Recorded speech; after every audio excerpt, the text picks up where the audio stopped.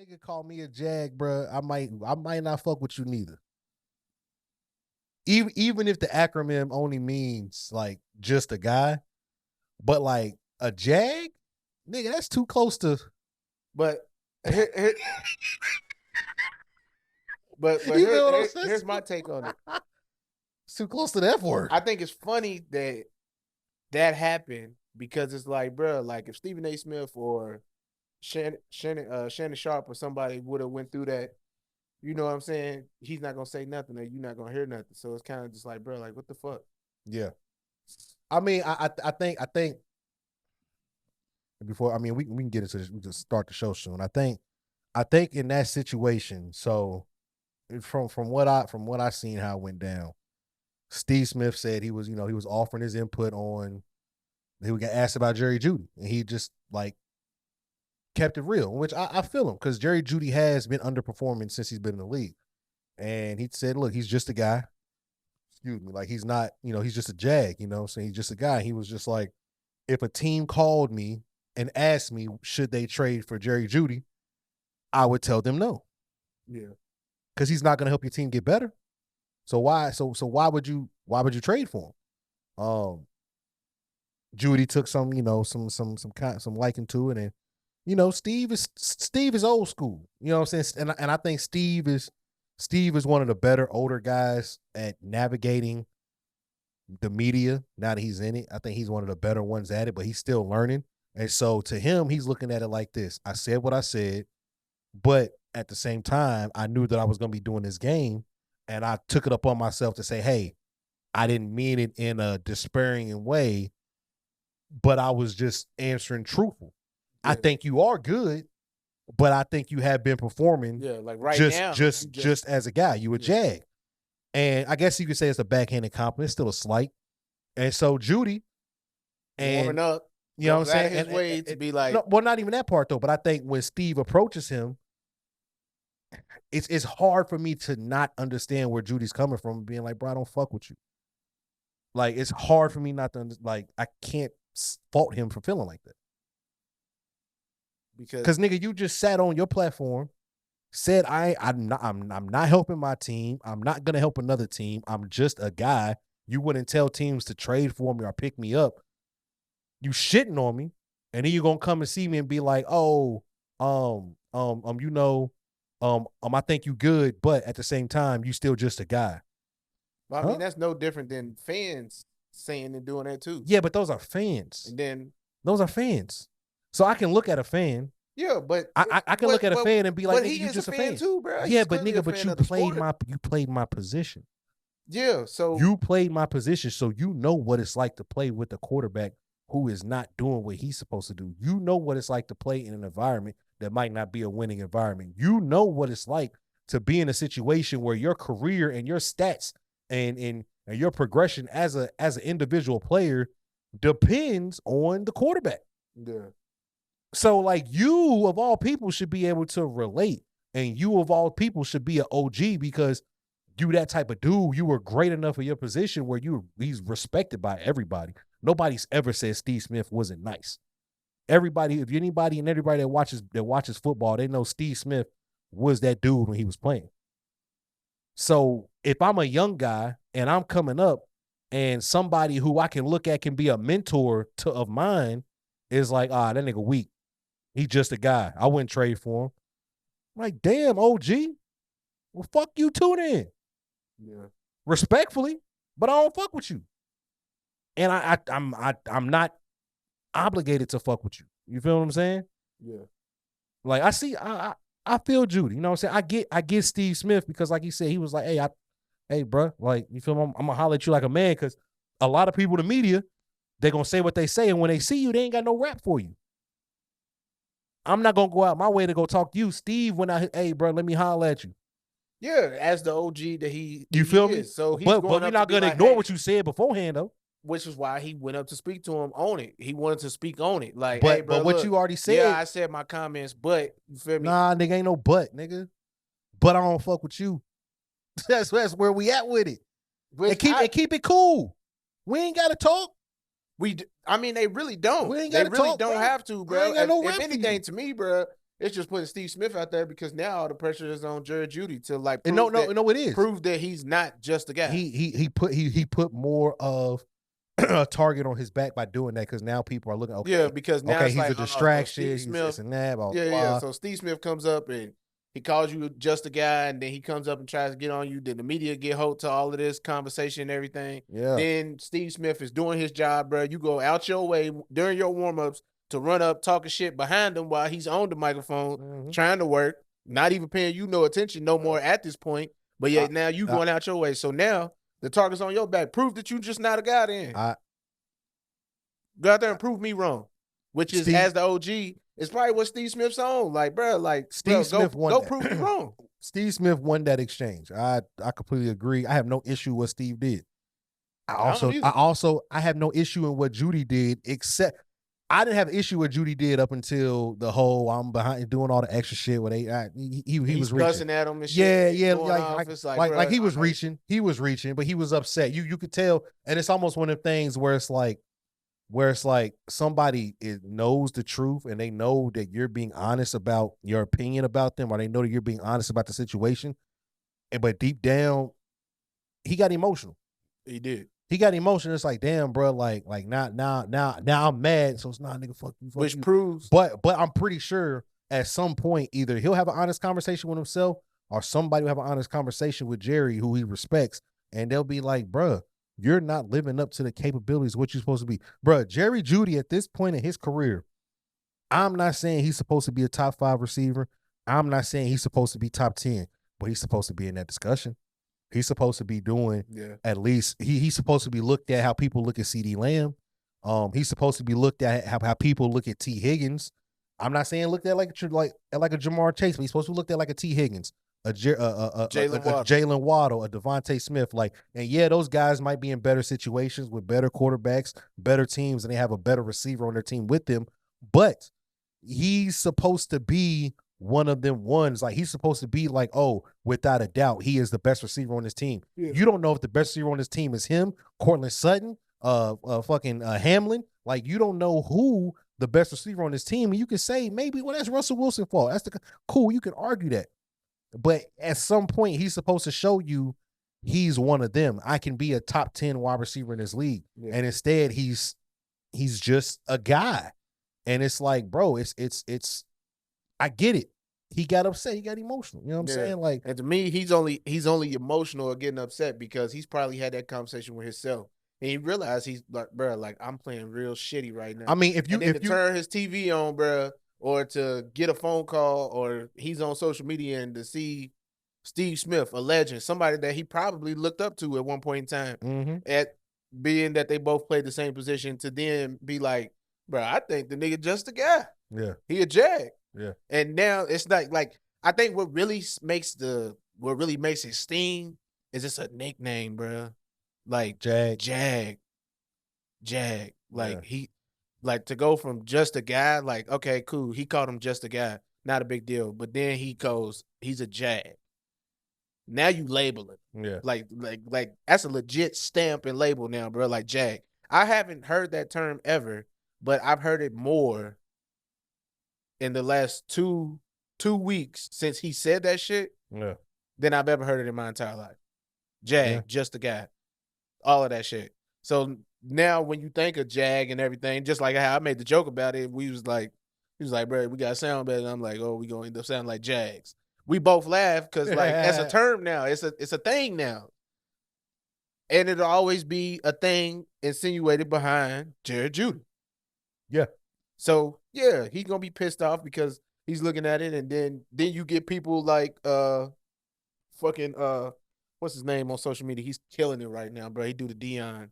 Oh, you talking about Lou Young. Lou Young. Then Lou Young do a whole 15-minute video trolling the nigga on it, bro. So it's like, bro, and then, you know, Lou Young's following, bro, like, he's moving up, bro. Like, his following is so big now, bro. So it's just like, bro, you get him to do a YouTube video, and he got the shorts, and then those is being reposted by other pages of him being clowned and shit, bro. Like, yeah, my feelings is hurt, bro.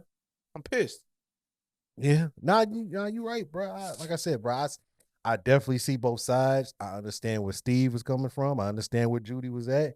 Only thing I disagree with Judy was the whole extracurriculars behind it. That shit was Yeah, just it's like, bro. it's like At this point, bro, you said what you said. It's like, bro, you doing that right before kickoff lets everybody know you're not focused. We Clear. got a game. Yeah. We got a game, bro. Fuck all that. You can do that shit after the game. You could have told Steve, "Hey, bro, it's cool.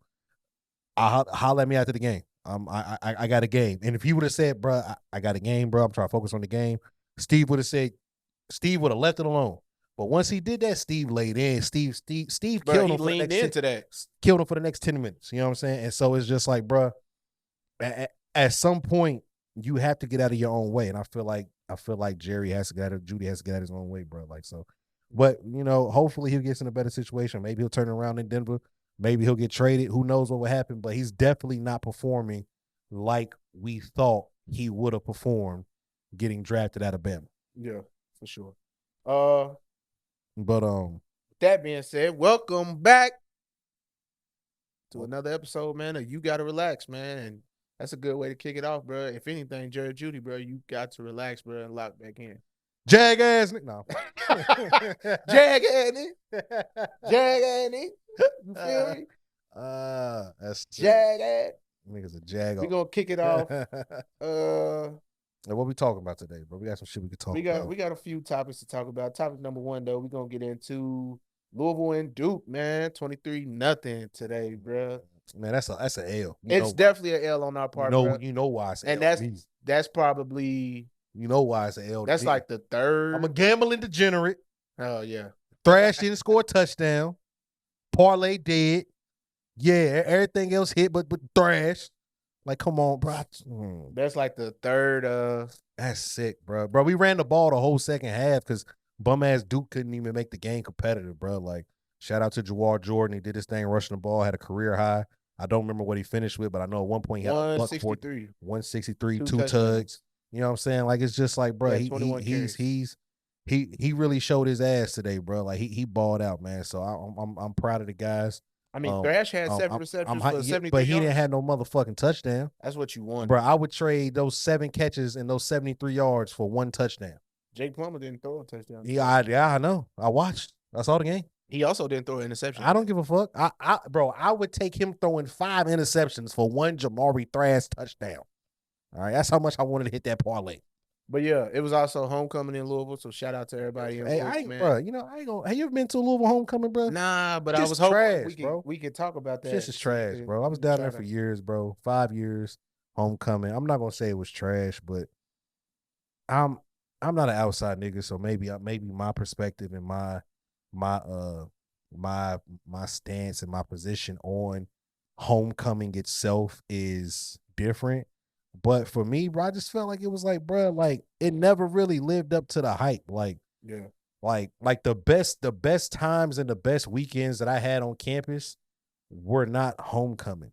Yeah, you know what I'm saying? Like it was that random weekend, the random house party weekend. Like whether it was the people I knew that was throwing it ourselves, or you know some other shit somebody else was throwing it. Like those would be the good weekends. Bro, I don't know. Homecoming never really felt crazy to me. Like, yo, I can't wait to homecoming. Like, I don't know, maybe, and I could be wrong. You know what I'm saying? Like, but just personally, I just felt like that the homecoming. So, and honestly, bro, I didn't even know that this game was the homecoming game. And I feel like that I honestly feel like it's not often that your homecoming game is against a ranked opponent.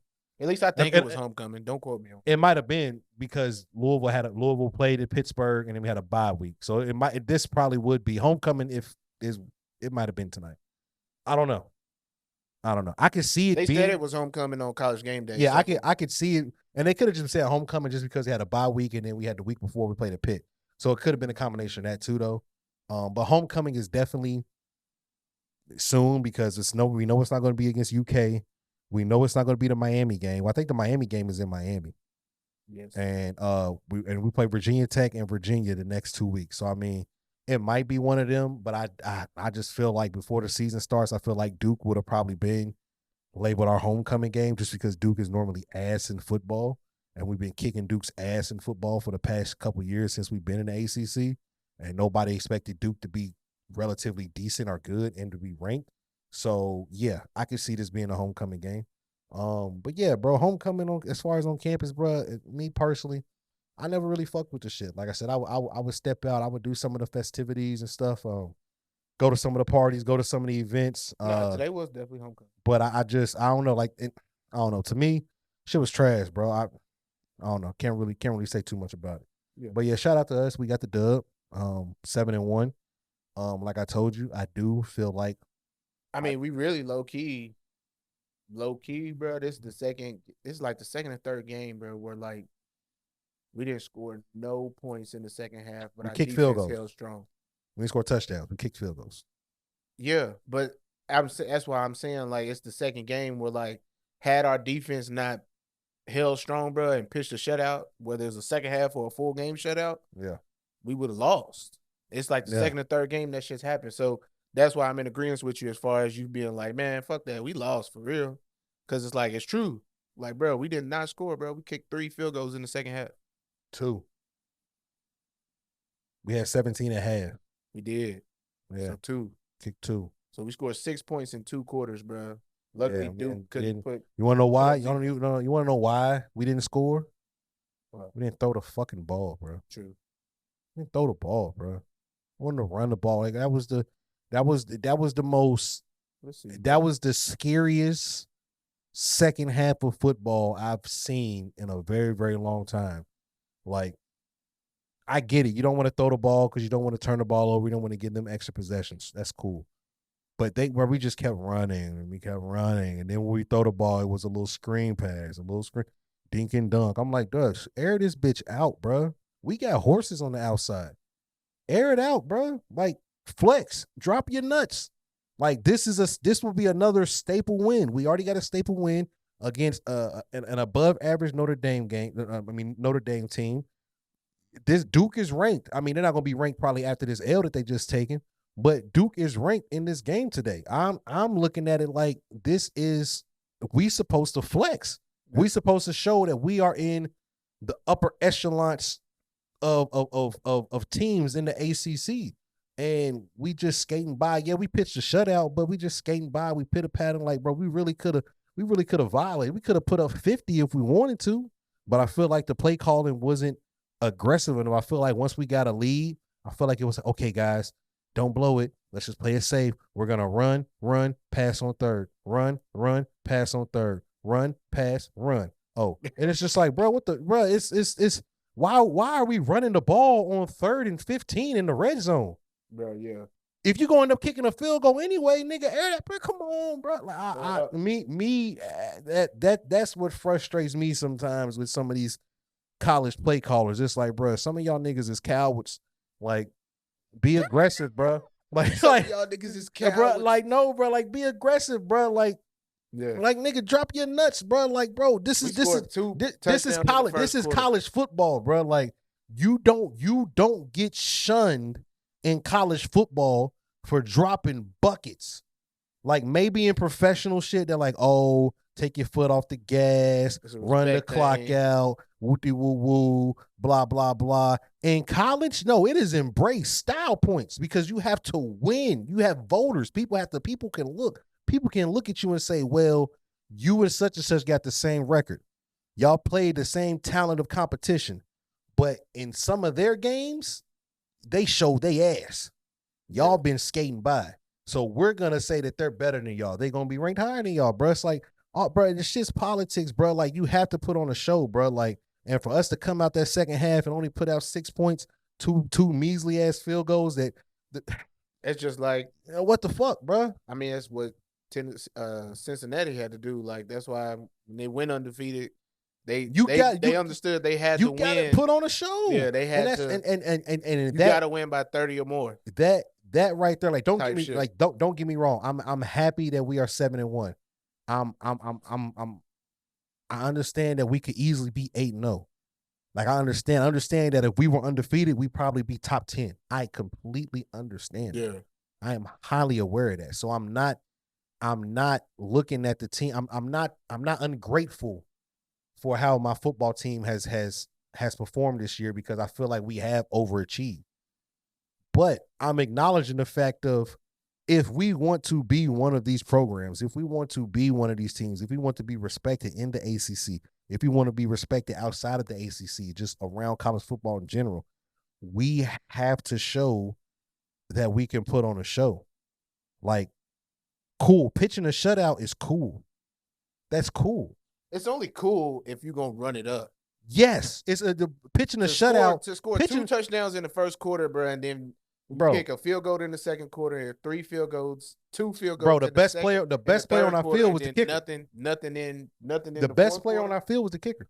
First quarter had 14, second quarter 3, third quarter 6, fourth quarter 0.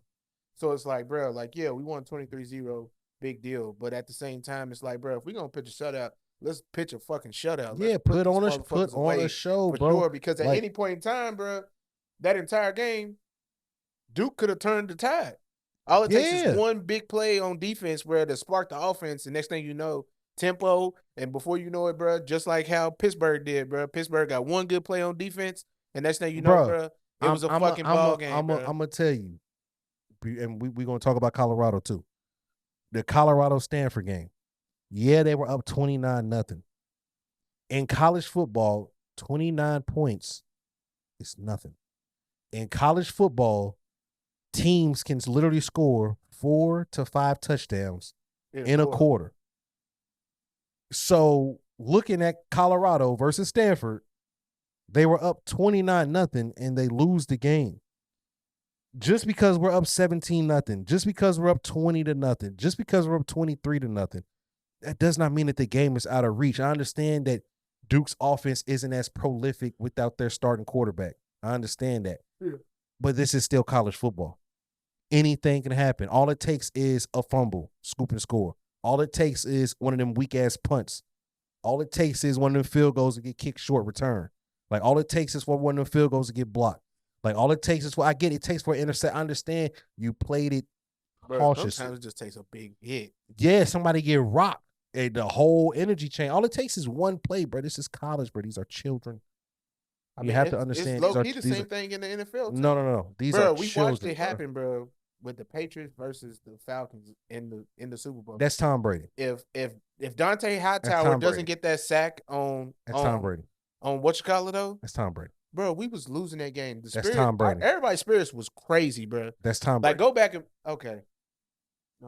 Who else could do that? Bro, they changed the tide, though. Who else could do that? They changed the tide of the game. Okay. Yes, Tom Brady went out there, bro, but it sparked, like you said, an energy shift happened. I was watching my Patriots. Their energy was gone, bro.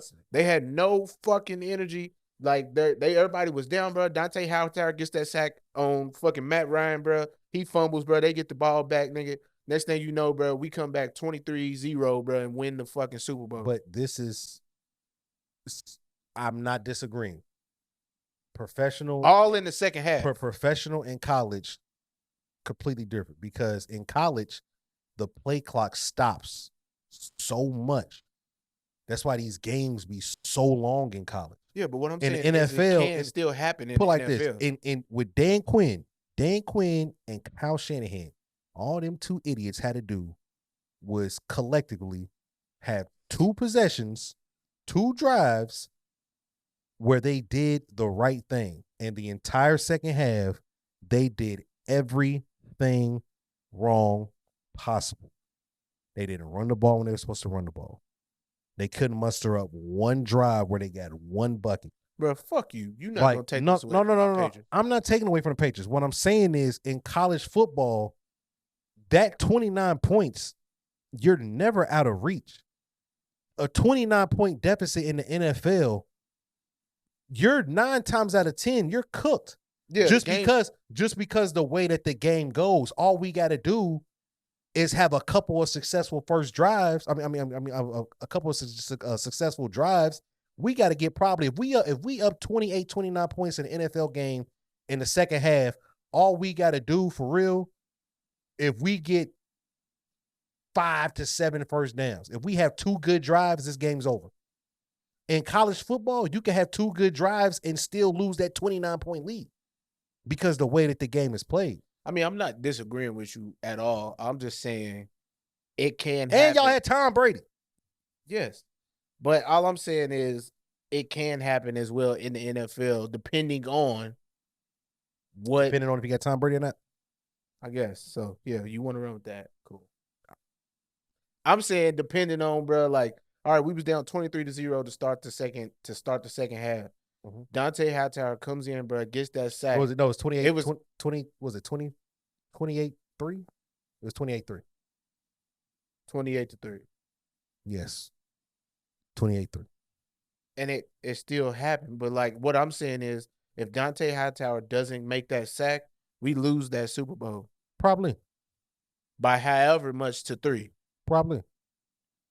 But that's what I'm saying in agreement with you, bro. Sometimes all it takes is a shift in the energy, bro. A big hit, sack, interception, fumble. And it just so happened to be that it was a big hit that led to a sack that ended up also resulting in a fumble when we get the ball.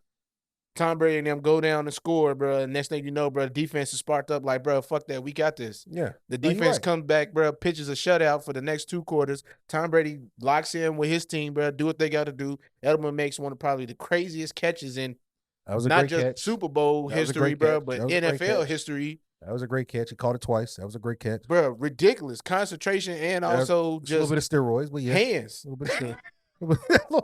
You know what I'm saying? Hey, man, it's hard being a Patriots fan, bro. No matter what, everybody thinks that something's going on, man. Your fingers can't naturally be that strong. I don't care what you do.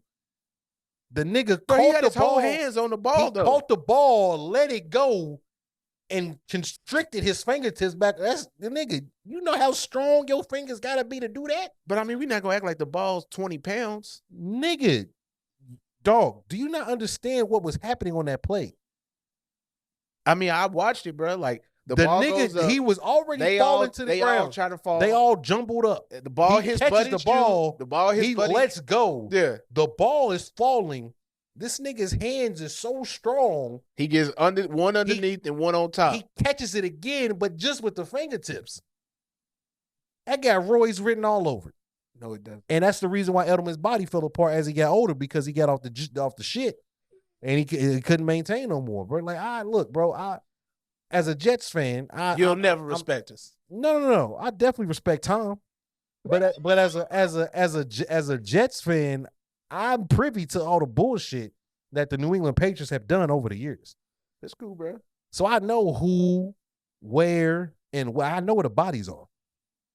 Like, regardless what y'all niggas want to say, I know where the New England Patriots keep the dead bodies at.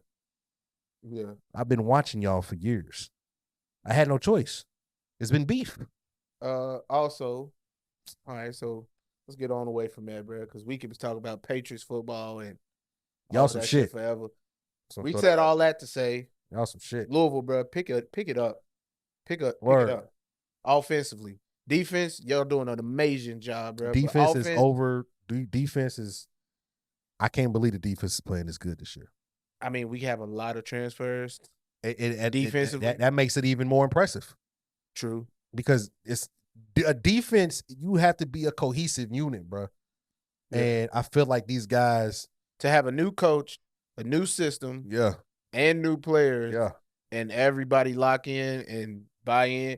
That goes back to, we talked about that a couple episodes ago, bro, as far as like having, like, all it takes for a coach to be successful or a team to be successful is buying into what the coach is selling. And right now, defensively, they've bought in. Offensively, too, some games, bro, we do be running it up, running the ball and also passing. And then other games, bro, it's like, who the fuck is this Jake Plummer dude? Like, bro, like, are you kidding me? Is it him or is it the offensive coordinators? Is it both of them? I think it's a combination of both. I definitely think it's him, but I also think a lot. I put it like this, bro. Put it like this. Every college quarterback, I ain't gonna say every, but every Power 5 college quarterback is capable of making any throw. Yeah. Okay. Same thing in NFL. Every quarterback is capable of making any throw. The problem is that happens with some of these guys they're not with a coordinator that understands them. They're not with a coordinator that makes them feel comfortable. They're not with a coordinator that totally and completely believes in them. Like, prime example, you could say Jalen Hurts. You look at Jalen Hurts last year versus Jalen Hurts this year. He looks like two completely different quarterbacks when it comes to throwing the ball. I mean, bro, if it wasn't for the fucking tush push or brotherly shove, I'm just saying in general, he's looked like a different quarterback over the last 2 years, but that's also because he lost his offensive coordinator from last year. yeah, You see what I'm saying? Like, you can look at Lamar. Lamar can make any and every throw on the field. I've been telling people this for years, but he was in a system where the system wasn't reliant or predicated on him being an awesome thrower. So everybody isn't Peyton Manning. Everybody isn't Tom Brady. Everybody isn't Drew Brees. Yeah. Some of these guys get in rhythm based off repetition, or they get in rhythm being comfortable. Like, people say Russell Wilson is trash. It's not that Russell Wilson is trash. He's in a system that requires him to be on time. Russell Wilson is not an on-time quarterback. So his throws and his timing is going to look funky because, nigga, he's not a 1-2 drop back out. 1-2 drop back out. Like, he's a 1-2 scramble. Look over here. Downfield. You know what I'm saying? He's comfortable playing in that style because that's what he does. So when you put him in another system, he's like, this doesn't feel organic to me. No, but all these guys have the ability to make all these throws. Of course, some guys are better passers than others. I'm not saying that. But to sit there and say, I just can't put it all on Plummer. Like, I honestly feel like part of it is the offensive coordinator. Like, let him free. Yeah. Let him throw the ball. Let him, bro, this is the perfect game. This is the perfect game where we're like, damn, y'all. Hey, y'all, we up 17. We up 20-0. It looks like our defense is about to pitch a shutout. It looks like these guys can't move the ball. They can't do shit with us. We gonna have some fun. Our wide receivers want to catch a 50-yard bomb. Like, you feel me? Like, our running backs want to get a screen and dance, make somebody move. Like, we ain't trying to power eye, counter, draw. You know what I'm saying? Dive. You know what I'm saying? Like, niggas ain't, hey, get it to our horses and let them make a play. Come out 5 wide. Louisville. Yeah, you feel me? Like, come out and flex. Like, we at the crib. We playing on turf. It makes us, we faster. Like, we get, like, come on, bro. So, like, for me personally, I feel like it's a part of that is definitely this play calling. Like I said, I can only be so upset because we are 7-1. But just looking at the offense, like, it gives me, sometimes the offense gives me the vibes of the Charlie Strong era where it was very, very vanilla. It was, we're going to come out, we're going to run our offense, we're going to play sound defense, and we're going to protect the ball.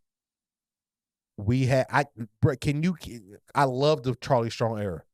Can you really name a game where we had a style point win? Where we came out and it's like, oh, this offense looks prolific. The greatest compliment that offense ever got was they are very well coached. Yeah. They are sound. They do their jobs. They don't make any mistakes. They protect the ball. They're going to run the ball. They're going to, you know what I'm saying? They're going to be in the right spots. Like, they're going to do everything that they're supposed to. Guys aren't going to try to make any hero plays. It's no hero ball. It's guys are just doing their job. We go with a well-coached program. Cool. But in college football, you have to have a well-coached program, but you also have a program that can, when it comes time, we can drop our nuts. And hey, we putting up 40 tonight, fellas. And it's a party on the sideline. It's a lot of high five and daps going on the sideline. Maybe like, it's a party in the locker room. Yeah, like bro, whoa. Like, we lit. Yeah. Why we don't have, like, that's why I love Bobby Petrino, bro, because Bobby was with the shits. Anybody gets, bro, you can say anything you want about Bobby. You could talk about him being a robot, not knowing half of his roster's name. I don't give a fuck about none of that. I don't know half these niggas' names. We won games, bro, and we won big. Bro, Bobby was with the shits. Bobby was gonna run trick plays. He was gonna run reverses. We coming out 5 wide. We doing hooking ladders. We doing all type. Bro, the most fancy thing we did today was a flea flick, and the nigga didn't even throw the ball. He ran. Yeah, we ran a flea flick, and the nigga ran the ball. It was a fake flea flick. Yeah, which I had never seen. Bro, what the fuck? Have you ever seen a fake flea flick? I've never seen a flea flicker in the end of a bomb. At a touchdown at that. Do you feel what I'm saying? So I'm just like, bro, like that's how, bro, we so vanilla that even when we tried to turn it up. And we also ran that play, bro, like on like the 25-yard line. So it's like, bro, what the fuck? Not even the 20. We was like inside the 25. So it's like, bro, what the fuck are we doing? That's what I'm saying. Running a fake flea flicker. That's what like I'm 10 yards away from the. That's what I'm saying. It's like, bro, drop your nuts, bro. This is college football. You supposed to score, bro. Like, so, that nigga L.A. Russell, he got a song called Test Your Nuts. Louisville, you got to test your nuts, man. St. Patty's Day, come fuck with us. I got some. Never mind. I'll leave my L.A. Russell opinion for another. Anyways, Colorado football. Told your ass. What? I told you that they was gonna lose to Stanford. I told you Travis Hunter was gonna go out there and get chewed if they thought that nigga was gonna come back and be able to play both sides of the ball the way that he did before he got hurt. I told you he gonna have to be on the pitch count coming back, and they refused to put him on the pitch count. Why? And he got ate up that entire game. Why? Yes, he scored 2 touchdowns, but he was also gassed on defense. It wasn't even about him. He just got mossed. And the nigga, did you see the dead receiver? Yeah, but bro didn't do nothing the entire first half. Stanford didn't do nothing the entire first half. Bro, okay. Stanford as a unit did nothing the entire first half. Bro, that is not that as a unit they did nothing. But it doesn't matter. Like, okay, let's not get away from what the discussion is. So what about the offense? Whose? Colorado's offense? Yeah. Colorado's offense. Mm-hmm. Matter of fact, they didn't do shit. The second half. That's my point. Because Travis, bro, first off. Because what? They actually did do shit because the game went to double overtime. Nigga, them niggas scored. I'm talking about before they scored a point in the second half, the score was 26-29. Let's see, Colorado. It was 26-29 before they scored again. Third quarter, they didn't do nothing. Didn't do Fourth shit. Quarter, they scored 1. They scored 1 touchdown. Yeah, and that was after they lost the lead, right? Or did Stanford be a touchdown? Stanford had 19 in the third quarter and 17 in the fourth. That's my point. So by the time Colorado scored again, they needed that touchdown. To go to overtime. You feel what I'm saying? Yeah. The offense didn't do shit in the second half. That was a complete team obliteration in the second half. Like from top to bottom, from Dion to the offensive coordinator, defensive coordinator, Shador, Travis, Shiloh, bum ass. Like, bro, they all fell apart, bro. Like, and don't get me wrong, bro. Shador Sanders led the team in rushing. And he, which is funny, he pissed me off. Now it's a comment, so this is why I told you about college football, bro. You can't have a lead like that. And yes, like I said, now I sound like I'm contradicting myself because I just said I want to move with a throw the ball. But that's a little bit for selfish reasons, but we'll talk about that another time. But you can't have a lead like that and see a team is starting to march back and you continuously throw the ball. At some point, you have to run the ball. At some point, you have to get first downs to keep the ball in your possession, to keep the time in your favor, and so you can control the game. But what Colorado was doing, they just kept throwing. It's like, bro, these niggas are scoring. They got 19 in the third. It's a 10-point game. Get out the way. Get out of here. Y'all have to survive because they lost all momentum in that third quarter. Yeah. Because now it's like, at Stanford, we ain't even supposed to be in this game. Oh, now they scared. We got them. You feel me? And so my beef with Shador in that game, nigga, in that second overtime, why'd he throw that ball? Why he throw the interception? It was third down. And he just threw it up like, I'm done. He threw that bitch up, ends up being a pick. All Stanford had to do was come out and kick a field goal. They kick a field goal, win the game. I think he threw it because Those rumors was going around him. But that's my thing though. You can throw that. But throw it out the back of the end zone. He just threw it up for grabs. Yeah. Throw it out the back end zone. I mean, it was already fourth down. Or tuck it. No, it was third. That was third down? It was third, bruh. That's my point. It was third. All they had to do was kick a field goal, and then Stanford has to score a touchdown. If they kick a field goal, trip overtime. That was third down, bro. He didn't have to throw that ball. And then when he threw the interception, he just walked off the field like, all right, bro, I don't give a fuck. Yeah, you feel what I'm saying? Like, so I definitely be giving them vibes where it's just like, you don't care, you know. I don't care. Ain't none of them got more money than me. You know, like, don't get me wrong, bro. The little roll, the watch shit, cool. I ain't gonna lie, the Shador's tough in moments, but not when you stinking it up. Yeah, when it counts. Yeah, it's cool. This shit is tough. It is cool. It's cool. But like, it's cool. The whole like when it don't, and I thought that was funny because ever since that Colorado State game, when players is turning up on Colorado, like they be celebrating like that, which I think that shit's hilarious. Yeah. Or they'll look over at the Colorado bench. Yeah, that's what you're supposed to do. And then they'll do it back to him, which is it. But the game within the game. Yeah, that's what you're supposed to do. I have no issue with that. Either side have an issue with that. Yeah. But my point is, for like, you bring up Travis, like, yeah, cool. You can argue that he played too much, but also the game should have never went to double overtime. Right. The game should never went to overtime. The game should have never. Stanford should have never been able to come back and score 19 unanswered points or 20-something unanswered points to make it even a game to where he could have been pulled early. Like, so let's start there. But yeah, you can say, okay, he played too many snaps. Cool, bro. It was his first game back off injury. You can argue that. You can argue that because he's coming off injury. He's coming off a major injury, and he's playing in that altitude in Colorado. His first real game, first real live action. But as a competitor, and I'm not saying that Deion is not doing what's best interest for this young man, but as a competitor, when you have a person and you have a player who I identify him as a dog.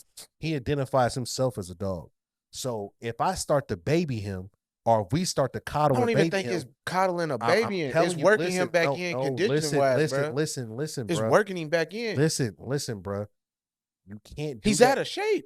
No, listen, bro. You can't do that. But again, the game was not supposed to. A lot of niggas can't play double overtime, even if they hurt or not hurt.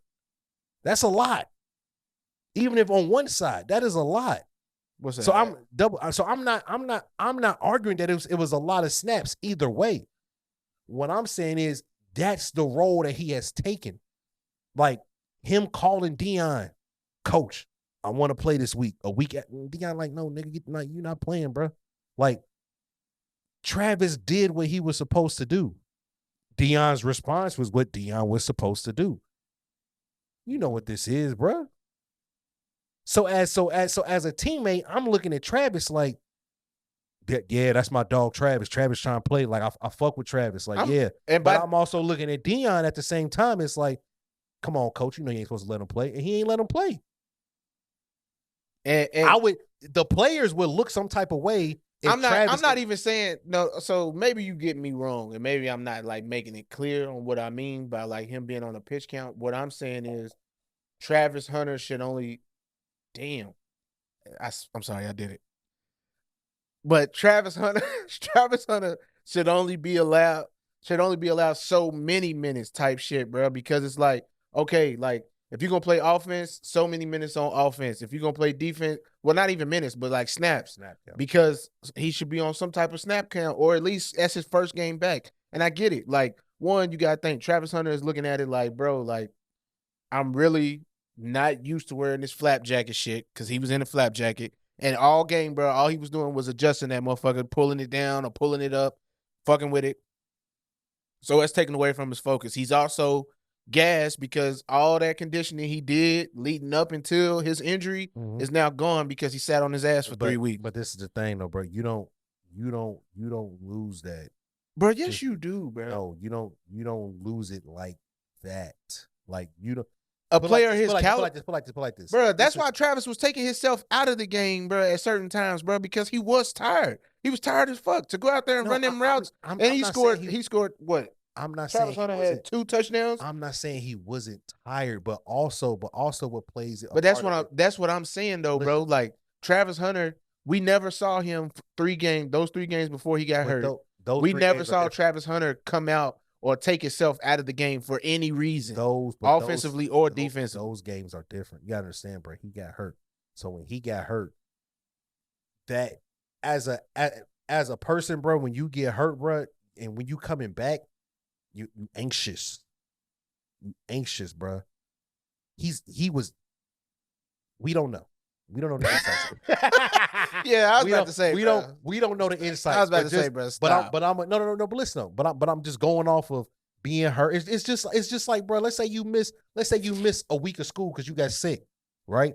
Yeah. And you ain't talked to nobody. I ain't seen nobody. But you like, man, I'm about to walk into school. They go, oh shit, my nigga hurt. But nigga, I ain't see you all week, nigga. Damn, nigga, you good? I thought you was dead. Like you gonna be like, nah, nigga, I'm cool. Like, but that moment up until you go into school that first day back after missing time, you're anxious because you like, I ain't seen everybody. Now I gotta holler at my teachers. I gotta holler at such and such. I gotta check on this, check on that. I've been gone for a week, right? Yeah. So now for Travis, he missing 3 weeks of game time. The team has been losing. He feels like, bro, if I'm there, we don't lose. Now I'm gassed up. I'm hyped. I'm ready to ball. Which is what he was saying. I'm ready to ball, bro. He was saying that shit. But get me out there. So now, nigga, he out there. He running his routes extra hard. Like he hitting his cuts. I'm open, ball. Like you feel me? He wants that, bro. So like, I'm not saying that he might or might not have been winded. Of course, he might have been slightly winded. But to put him on a pitch count, I think that sets a bad precedent going forward because now it's gonna be like, okay, well, how many's gonna play this week? How many's gonna play this week? How many gonna play this week? Because now it becomes a thing, and for him, I don't want him worrying about how many snaps. I don't want him thinking, be like, damn, I played too many snaps on offense, but I really want to play defense today, or vice versa. It's like, no, bro, go play ball. Yeah, go go play ball. Like we go, and if it really, really does get to the point to where it's like you are unable to be a DB1 and a wide receiver 1, if you can't play both at a very, very high at a high threshold, then we'll revisit this and then we will move accordingly. But right now, I'm gonna let you rock, bro. I'm gonna have to because I look at you, Travis being that type of dude on the field gives other people confidence. Because if I'm another receiver, I look over like, yeah, I got my dog Travis with me. Like Weaver can look over like, yeah, Weaver fucks with Horn fucks with Weaver, but nigga, we look over to there, we got Big Bro over there. Yeah. Like y'all got to put y'all best corner on him, because if not, he gonna tear their ass up. Yeah. You got to put your number 1 on him. And then on defense, it's the same thing. If I'm the other corner or if I'm Shiloh, I'm like, bro, I got this nigga up here. That means all this Cormani, is mine. Cormani. Yeah, you feel I don't have to. And Cormani nice. When he gets his mind right, he's nice. Yeah, because I mean he stepped up big time in them 3 games. So that's what I'm saying. So it's like as a player, it's some form of comfortability and comfort knowing that I got one of them ones with me on the other side, bro. Yeah. So I feel what you're saying. But we've built up this whole thing of I feel like Travis is playing. Now, maybe next year. I feel like a complete secondary. Cormani, Travis at the other corner. Cormani and Travis at corner. Woods and Shallow at safety. Bruh, those 4 would shut shit down. It's solid. Because they already proven it individually without each other. Like the game where Shallow missed out because he fucked his kidneys up and he was pissing blood and shit. Woods stepped up in a big way. Cormani stepped up in a big way. And Shallow was still, Travis Hunter was still out, of course, too. He's still hurt. Mm-hmm. So he wasn't even there. So, like, the secondary, like, it had proven itself. Like, bro, like, we can't ball without our best 2 defensive players in the secondary, which is Shallow and Hunter. Yeah. We can't ball. And Woods has been balling all fucking year. Yeah, no. Interceptions, big hits. That's breaking up passes. Yeah. You know, he just moved number 43. They just moved to linebacker. He is, or he just did? He just got moved to linebacker. Oh, I didn't know. If I'm not mistaken, if what I saw, he just got moved to linebacker. I don't know if it's starting this week, but I just seen someone there saying he's moving to linebacker. because they linebacking core some shit. They linebacker core is horrible. Bottom 5. Yeah, it's a bottom 5 linebacker. But yeah, no, that I want to move on. But I definitely feel like that they can't put Travis on account. Not this season. Not this season. Maybe going forward for next season, he comes back, whatever, just to get him ready for the league and things of that nature. But for this season, you can't, just because the injury that he got wasn't a routine football play. The injury that he got was off some bullshit. You feel me? And I'll be forgetting Travis is just a sophomore. Yeah, and it's something that he wants to do. And as long as he's not putting himself in harm's way, let him do that. And then you also have to look at it like, who else we gonna put over there? Yeah. You know what I'm saying? If we already got Cormani on the other side, you know what I'm saying? Like, you feel what I'm saying? So it's like we gonna ride or die with our horses, bro. Ride or die with our horses, bro. So no, so most definitely, bro. I think they should just keep doing what they're doing. Figure out ways to put him in, and if anything, put him in a position to be more successful when he's on the field versus just having him out there, just be out there sometimes. But other than that, it's like, bro, let him rock, bro. He wants to do it. He's capable of doing it. It only makes your team better. Let the young man play, man. I'm not saying don't let him play. I'm just saying, bro. Definitely. His first game back, he should have been limited on his playing. But you know what this is though? I don't think it even was a conversation on limiting him, because I feel like they thought that it was going to be a blowout and it was looking that way. So it's not even a conversation worth having. And then it's like, oh shit, these niggas is coming back. Fuck. You know what I'm saying? Like now we scrambling. So now we just trying to hold on for dear life.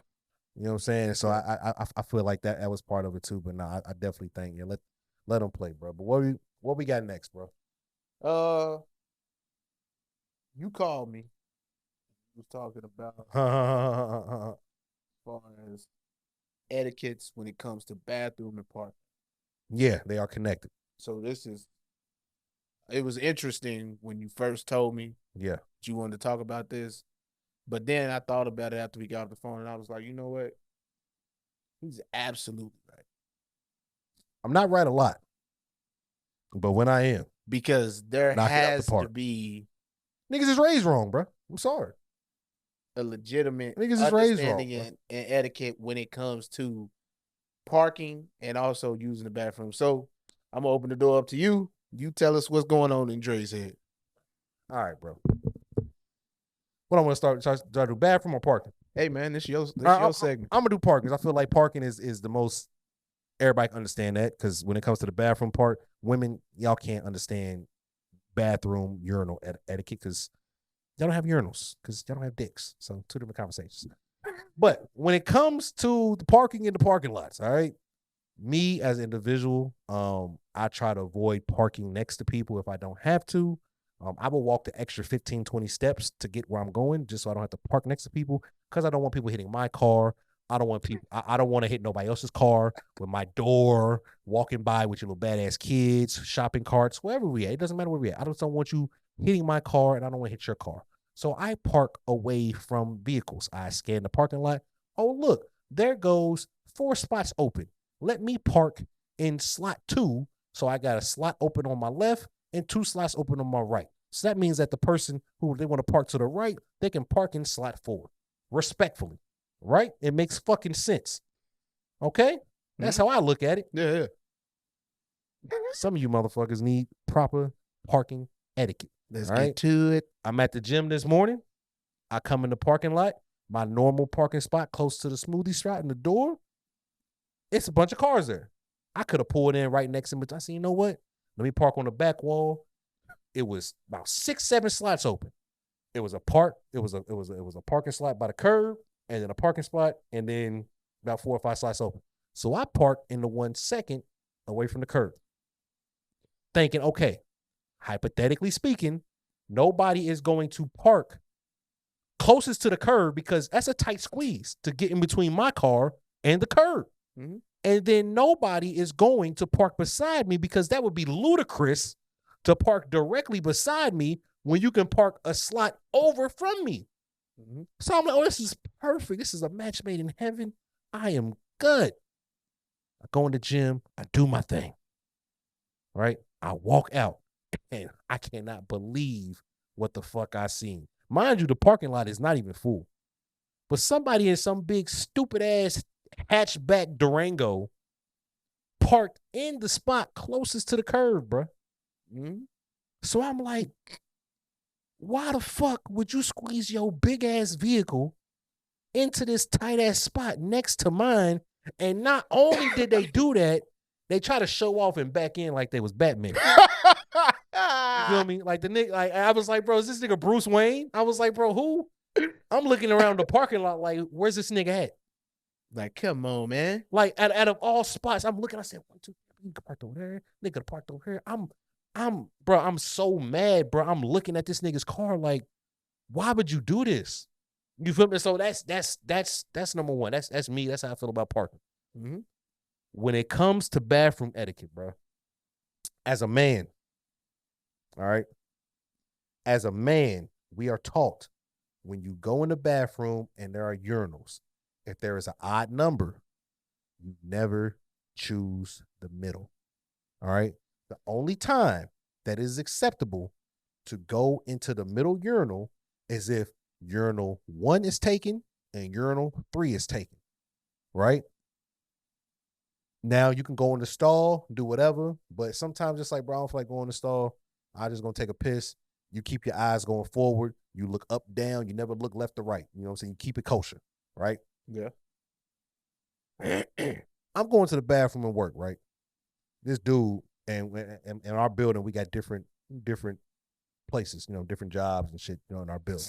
So this guy, he works at one of the other offices over down the hall. He's going to the bathroom at the same time I'm going to the bathroom, right? So he's walking to the bathroom. He knows I'm walking to the bathroom right behind him because the nigga holds the door before me. Was y'all talking? No, bro, we dudes. But he holds the door before me, like, you know, saying I'm gonna hold it, all right, because he knows I'm behind him. All right, and you know me, appreciate it. You know what I mean? So we walking into the bathroom, bro. I'm behind this nigga, right? And I'm like, okay, cool. I'm the peeping. Texas way. Yeah, I'm peeping where he's going. I'm like, okay, he's about to go either urinal 1 or he gonna go urinal 3. This dirty son bitch. This nigga goes into the middle urinal and proceeds to stand like a pyramid. His left foot was on the outside of urinal 1, and his right foot was on the inside of urinal 3. And he's standing in the middle urinal taking a piss. I stopped moving because I was in disbelief. I'm looking around like, is this dude serious? Who raised this nigga? Because ain't no way. And before you ask, yes. But ain't no way. And for 10 seconds, hold on. What was I gonna ask? Was he the complexion for protection? Yeah. You feel me? Yeah. Thinking like Shaggy. You know what I'm saying? So he was a brother of lighter skin. For sure. Okay. For sure.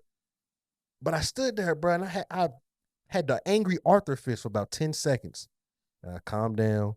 I just went to stall. He was just in the bathroom, Dinkleberg.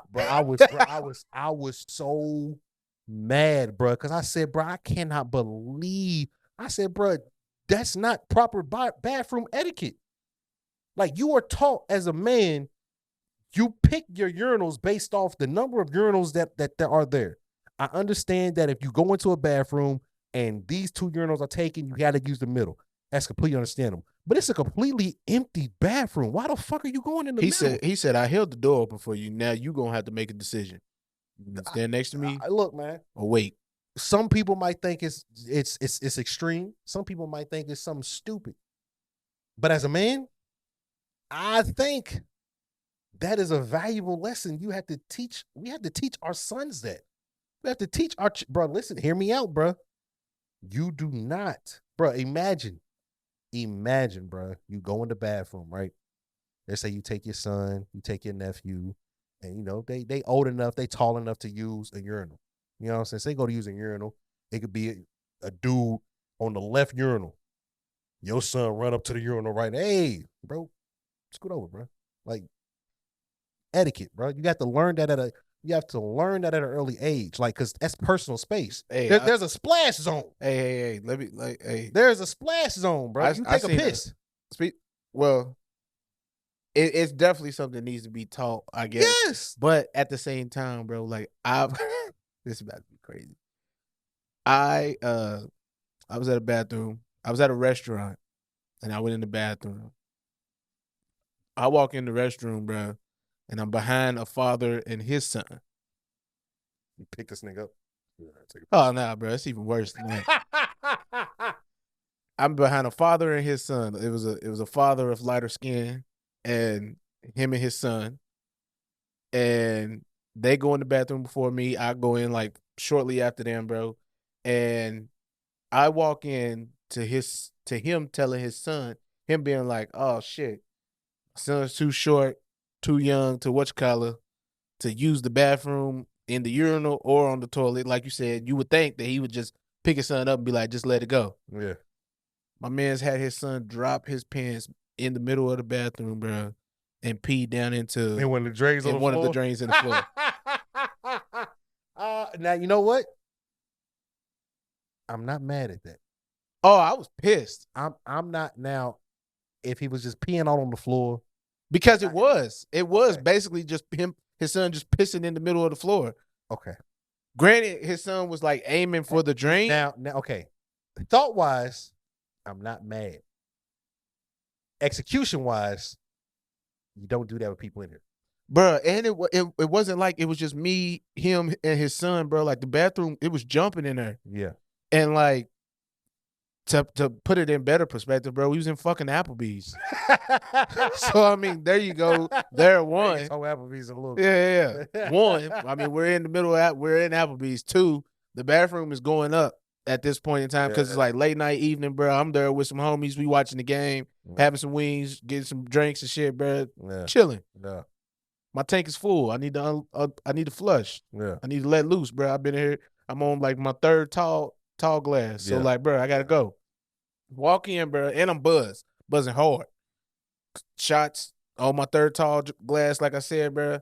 Only to walk in the restroom, bro, and see this man tell his son drop his pants down to his ankles, bro, and his son's just letting it loose in the middle of the floor. Now in my head, I'm buzzed. I'm just like, bro, like what the fuck, bro? Like your son got his business all out, like got his berries out, nigga. What the fuck? He got his little grapes and berries out, man, and it's just like, come on, bro, like wow. And it was just, it blew my mind because it was just like, bro, I can't believe some dad, like, and I'm just saying this because you was like, some things we need to teach our sons. Yes, that bathroom thing definitely probably one thing needs to happen. Two, it's like, bro, don't be that lazy father who's not gonna pick their son up and have their son use the bathroom where it's designated to use the restroom. Yeah, for sure. You can't be that guy. For sure.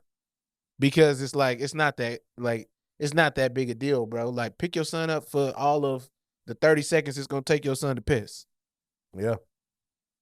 Instead, bro, just have my mans use the drain. Now, like I said. Now, I get it if the bathroom is completely full. And like I said, like, it was people in there and shit. And there was a urinal open because, like, they walked in before me. But the fact that I had to walk around him and his son in the middle of the bathroom and walk to that open urinal because he chose to tell his son just piss in the floor was crazy. It was wild as fuck. Like I said, thought-wise, genius. Execution, terrible. You know what I mean? I now, if nobody's in there, I'm definitely piss on this motherfucker. Like, just peeing that. You see that drain right there, son? Hurry up, though. Like, push. You know what I'm saying? Like, get up out of here. That's why I hate bathrooms. I hate like bar bathrooms, club bathrooms. Those are the worst. You stepping in all type of bro. I've walked in. I've been at like a bar or a club, bro, and walked in on the nigga in there shitting on the floor. Nah, just in the stall. It's just like, bro. Yeah, you gotta be a sick ass nigga. You a fucking weirdo, bro. Like that's crazy. Hey, he probably had on jeans, so he nigga took a shit in the club. Bro, and pulled his Levi's back up and went back to the dance floor. Pulled his skinnies back up, bro. Put his Buddy Lees back on. And went back to the dance floor like he didn't do nothing, bro. Yeah, shaking his tail feather. Like, get the fuck out of here, bro. Then on top of that, father who, to go back to that, he didn't even have his son wash his hands. Yeah. Which is crazy too. Speaking of, if you go in the bathroom, whether you peeing or pooping, and you don't wash your hands before you leave, bro, you're disgusting. You need help mentally and physically, bro. Like you're crazy. It happens, bro. I was at work, bro, and I watched this nigga take a shit. Well, I didn't watch him take a shit. I was about to say that's but crazy. I'm in the bathroom. I take a piss. And he's in the stall. He gets done or whatever. He comes over there. We basically get to the sink at the same time. But he don't wash his hands. Comes over there to the sink in the mirror. You know what I'm saying? Fixes his shirt or whatever. Go, and he had his cup. He had a cup in there. Remind you, bro. He had like a big gulp. He took his cup in the bathroom with him? Yes. I mean, I've done it before. And you don't have to ask. At bars. No. What? I've done it at bars. Like carry my beer into the bathroom. An open beer? Yeah. You're sick. Someone. Well, number two, he took his big gulp. Bro, I don't want nobody. He had his big gulp. Listen, drink. Well, drink it, chug a lug, and go take a piss. But he took his big gulp. So mind you, I'm like he walked out of the stall with him. So he had it in the stall with him. I guess that's just as bad as it was. The big gulp was sitting on the floor, bathroom floor. He's in the bathroom, does his thing. He gets to the mirror, the bathroom. I'm thinking about to wash his hands. He, stretches his shirt out, fixes his hoodie, and he just walks out the bathroom. Yeah. And I'm sitting there like, oh, this nigga didn't wash his hands, bro. And he got a drink with a straw. And like that shit was too close to the toilet, too close to the floor. Like, you feel me? Like, that's just, I don't know, bro. Just some shit shouldn't have to be explained. You know what I'm saying? It's a lot of stuff where it's bathroom etiquette needs to be like understood. You know what I'm saying? I feel like taking your drink in the bathroom is sick. I definitely feel like not washing your hands after taking a shit is sick. You know what I'm saying? Taking a piss, I mean, I've been places before. I might take a piss, and I might not wash my hands, but I don't touch my dick. You know, so I just go in there. I whip my shit out. I piss. Yeah. Pull my pants back up. Shake a little bit. Pull my pants back up. You know what I'm saying? Because I go get some hand sanitizer. Because sometimes, bro, I ain't gonna lie, bro, you wash your hands, bro, your hands get dry as fuck. I got hand sanitizer at my desk. I got hand sanitizer over there. You know what I'm saying? It's hand sanitizer over there. So, you know what I mean? But if you take a shit, I mean, yeah, you can have doodle in your nails. You know what I'm saying? Doodle on your finger. You know, so you might get doodle on your knuckle. You know what I'm saying? Like, you ain't gonna wash your hands. That's disgusting. Yeah, you're wow. You a wild man, bro. That is disgusting. Bro, I've watched dude use the bathroom, go into his teeth, Jesus Christ, and then walk out. Jesus Christ. That's disgusting. Like, now that's a different type. It's like foul. Whoa. Yeah, that's a different type of foul, bro. And like back in my like younger days, I used to I would call like other men out and be like, bro, you ain't gonna wash your hands? But now I wouldn't do that. You wouldn't? I wouldn't do that. None of my business. I would. It's not my business. I would. I used to definitely. That's almost like asking somebody if they're gonna put their seatbelt on. It's not my business, bro. You live a risky life. I'm not. I don't see it. Nasty. Yeah, if you want to live a risky life, I'm not being a part of that. Whether you put the seatbelt on or don't put the seatbelt on, whether you wash your hands or you don't wash your hands, I don't control any of that, bro. So rock out. Do your thing. Saying all that to say, hey, man, you go to the bathroom and Dre's in there, man, use the opposite stall than him. Just be space. Respect space. Yeah, personal space is respect. Bro, as a matter of fact, a nigga did it at the, bro, oh my God. He wants social distancing. Bro, I'm at in the restroom and in the parking lot. Listen, bro, I am at the gym. I'm go upstairs to do the treadmill. There's 2 rows of 15 treadmills, bro. I go to the far left. Mind you, nobody is up there. It's just me. I go up there. I get on the far left, closest to the steps. Why does, and this happens every fucking morning, bro. It's this dude comes in there smelling like cheap cologne. I feel like this nigga sprays on cologne before he gets out the car. He gets in the locker room, sprays on another set of cologne, and when he gets upstairs on the treadmill, he sprays on more goddamn cologne. This cheap smelling cologne motherfucker gets on the treadmill right next to me every single day. It's 9 treadmills to the left and 15 treadmills in the back. Why are you coming up here and getting on the second for what? I give him the Kobe. He didn't want to run alone, bro. I give him the Kobe death stare every morning, like nigga, you, and he just look. We know every morning since that. Bro, every morning he does it. He consistently does it every morning, bro. You know how like when a motherfucker does some bullshit in traffic and y'all get to the light at the same time and they just looking ahead. And you look at him like, nigga, I'll whoop your ass. Like is it the Kermit meme? Yeah, pretty much, bro. I'm on the treadmill looking at him like, bro.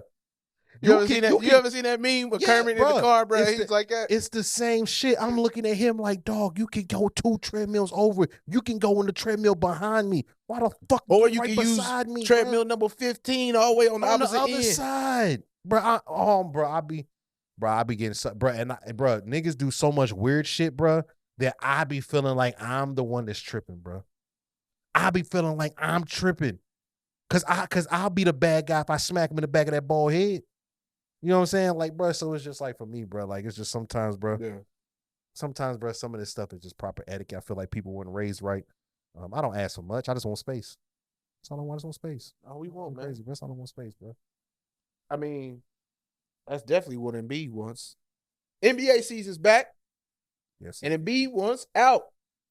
Philadelphia. He wants out, man. He wants space. He wants social distance from this team, this organization, these coaches, these GMs, these owners. He wants out. But if he was to get out, where would he go? Where do you think would be a good fit? Miami? Everybody's saying Miami. I think, oh no, not Miami. Excuse me. A lot of reports are saying New York is going to put something together to get him, but I think ultimately if he was to pick or if he was to have some type of influence on where he him goes, and Julius Randle in the post, that Julius would be in the trade. Damn. I definitely feel like Miami would probably be the best fit for him just because he wants to play with. I feel like why go to New York though? He wants because to play New with York, Jimmy he's Butler. basically in the same position that he was already in. A team that's good, somewhat, but that has the potential to make a playoff run and push. Well, it's not the fact don't that got the pieces to go over the hump to win a ring. It's not the fact that he wants to go to New York. It's the fact that New York has the ability to put the pieces and the draft picks together to go get him for the money that makes sense. You see what I'm saying? Like they can go trade for him. But I'm saying as far as where he probably would want to go, it would probably be to Miami to play with Jimmy Butler. He wants to play with Jimmy again. Like that's he's ever since he wasn't happy when Jimmy left. Yeah, he definitely wasn't happy with how they did the Jimmy situation. Which really didn't make sense to me. It still kind of puzzles me because it's like, bro, Jimmy. Well, they chose Tobias Harris. Like they was clicking. Yeah, they chose Tobias Harris. Yeah, they chose to buy. I mean, it's sometimes. Which in the grand scheme of things, bro, was to me the worst choice. It was the wrong choice. Looking back on it in the moment, it was like you could take a guy like Tobias. He fits playing with Ben Simmons and Embiid a little bit more, but nobody could predict what was going to happen with Ben Simmons. Nobody could predict that the goddamn Tobias Harris was going to not pan out to be the type of guy.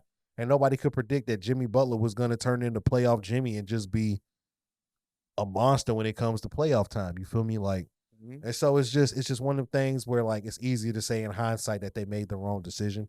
In the moment, it was questionable, but now it's clear to say that they made the wrong decision.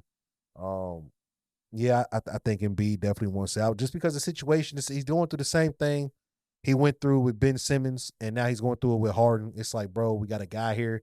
He's supposed to be my number 2, and he doesn't want to be here because whatever reasons. And now, yeah, we got a young guy in Maxey. We got some young pieces here, but I want to win, and this isn't a winning roster. Like, regardless how they pan it, regardless how we look at it, we look at the Bucks. They just got Dame. They look like Dame and Giannis look like the new era Shaq and Kobe. And I'm not saying in the sense of play style. I'm just saying as far as you got a big dominant guy in the paint and Giannis who can get you 30 and 12 with some blocks every night and he can control the interior. And then you got a guy in Dame who's clutch down the stretch who can drop 40. Mm-hmm. You feel what I'm saying? Like, so it's like they have that. And then you look at Boston, you add a Porzingis, you add a Drew Holiday, like they got pieces, Tatum, Jaylen Brown, like they still got Horford. Like the goddamn Sixers just look like a team that's on the outside looking in. And it's hard for a guy like Embiid to feel like I got my MVP. I'm one of the best players in the league. I'm a top 5, top 3 player. I'm the second best big man in the league. And I'm not competing for a championship because the organization I'm with isn't doing right by me. I got to start looking elsewhere because I do want to win. Yeah. He can give a fuck about them MVPs and shit. Well, now that he finally got it, yeah. There was a period of time he was definitely looking for it. He wanted it. He felt like he was an MVP. But now that he finally got it, it's like, okay, it's time to win a chip. Yeah. Like, it's time to win a chip. I mean, it was just almost the same thing for Joker. Joker was like, bro, yeah, these MVPs has been nice, bro, but I want a fucking ring. Yeah. Let's lock in, team. Yeah. Let's do what we got to do. And they fucking locked in. They got it done, bro. They got the ring that they wanted. Yeah. And now it's just hopefully Embiid can either get out of that situation or they can really start making chess moves just like fucking Milwaukee did and get some people in there to help them. Yes. Because I mean, but it's like they tried and now it's like, okay, we got to move Harden, but what are we going to get in return for Harden? Like what's really going to happen? Like, is Philly a winning organization? Like what can we do? Like, you know what I'm saying? Like, and so for like Embiid, like I said, it's going to come down to is he fully committed to Philly or does he want a championship? And if he wants a championship, I think he has to want to get out of Philadelphia just because at some point the process has to stop. Yeah. It can't just always be continued to be a process. Like, I get it. The whole mantra is trust the process, you know, for Embiid, but he's arrived. And now that he's arrived, y'all don't have the horses to go with him. Yeah. And now he's on the outside looking in again, you know, and at some point, guys get tired of that. Like I said, he's looking around. The guys that he's going to be forever compared to, Giannis got a chip. He's going to be compared to Jokic. Jokic got a chip. Like you get what I'm saying? Like Jimmy has been to 2 finals since he's left Philly. Mm-hmm. Like, I'm looking around like, hey, I need to be on a team with a guy like a Jimmy Butler to get where I want to go. Like, I need to be in an organization like Miami in order to get where I want to go. Like, I need these things. Like, I want these things. I want to win. I want to compete. You know, Embiid's never been out the second round of the playoffs. Right. Like, never. Like, he's Kawhi was in the East for one season in Toronto, got a chip. Like, they beat Philly. Like you feel me? Like, he's looking around and it's like, dog, I'm an MVP player. I have an MVP. I'm a top 5 NBA player currently in the NBA. And he's never been out the second round of the playoffs, bro. Mm-hmm. That is sick. So, saying all that to say, man, he needs the help. Just like, well, not to say that Giannis needed the help in Milwaukee because they had already won the championship. He had took his team to the mountaintop on his back and got it done. Yep. Embiid has been trying to do that with Philadelphia, but just can't get it there, whether it be the coach changes, lack of help, lack of whoever the GM is, who's bringing in these players and sending players off and shit like that. So, I mean, it can't get done. And now you look at Milwaukee, man, and Dame showed off his first game. Showed his ass. First regular season game, that is. Show his ass, bro. He went off. And went through and went to show, like, bro, like, I'm here to help this team, not to take a backseat to nothing or nobody, bro. I'm coming. It is Dame time always, no matter who I'm playing for, what color jersey I got on, bro. Like, I am here to do what Dame do. Yeah. Well, that's the thing. That's kind of like what he said. He was like, man, like, he was like, they want me to be me. Like, they want me. Yeah, because that takes so like, much they don't pressure want me to have to try to fit in. They're like, nah, nigga, come here and kill. Yeah, Like because I mean that's Giannis tough. wants me to come here and kill. Yeah, because that's tough on Giannis, bro, and that clearly took a toll on him because the next season after Milwaukee wins that, bro, Milwaukee's still probably arguably the best team in the East. The following year when they came back to defend their title, Yeah, but at the same time, bro, trying to be the best player offensively and defensively for 2 years in a row, it's that's tough. tough. It's tough, It's bro. tough as hell. It's tough, bro. And I think for him, like the way that they played, like they kind of staggered it, where it was like, okay, when Dame is on the floor, Giannis is on the bench. When Giannis is on the bench, I mean, when Giannis is on the floor, Dame is on the bench. But then we're gonna have that fourth quarter lineup where we're gonna have Dame, Giannis, Brook Lopez, Chris Middleton, and one of our guys like maybe a Crowder or a Connaughton. But we're gonna have that lineup where we're gonna have our bigs, we're gonna have our shooters, we're gonna have Dame, and the ball's gonna be in Dame's hand, especially when it comes to crunch time. And Dame knows that he can get to certain spots, he can do certain things because I'm playing with the Giannis, bro. Like, bro, I'm getting wide open spot up jumpers. I'm getting one-on-one matchups. Like you have to check me one-on-one now, bro. Ain't no more sending a trap. Ain't no more boxing ones. Ain't no more double teaming. It's like, no, you have to come out here and check me, bro. Yeah. Like, and if I missed a shot, I missed a shot, but you have to check me, bro. Yeah. And if you send help, guess who's open? Probably Giannis. And if you send help, guess who open? Probably Brook Lopez. If you send help, guess who's open? Probably Chris Middleton. Like, Brook Lopez, man, with that clip, bro. Like it was crazy to think that, like, damn, we low-key thought Robin was the one. Yeah. The whole time, bro, it was just organizations wasn't trying to let Brook shoot. Well, he got better. Like with Brook, Brook's pretty much on his second. It's almost like the same thing with Al Horford. Brook Lopez and Al Horford are pretty much on their second career because they were able to develop a jump shot. Yeah. Like they were able to develop that jump shot. Once they developed that jump shot and they could knock down that corner three, they could stretch the floor, they were able to extend their careers. Like, bruh, Al Horford was playing on them 07 Florida Gator championship teams with Joakim Noah and Corey Brewer. Them niggas been out the league. Yeah. You know what I'm saying? Brook Lopez was playing in New Jersey. He was a New Jersey net. Yeah. You feel what I'm saying? Like he was not a Brooklyn net. He was a New Jersey net. And a New Jersey net who really wasn't getting no time. But no. He was playing. He was all-star. He was averaging 20. But his issue was he couldn't rebound. Brooks' whole issue was he was never a great rebounder. What happened was, bro, once he developed that jump shot, bro, he was never a bad player. So he got in a situation like Milwaukee where we don't need you to be the star.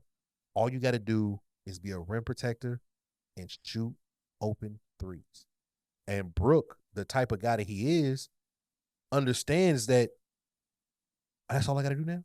Yeah. I don't have to be the guy no more. The teams don't have to run through me. You're not looking for me to score 20 plus a game. You're just looking for me to anchor the defense and knock down open threes.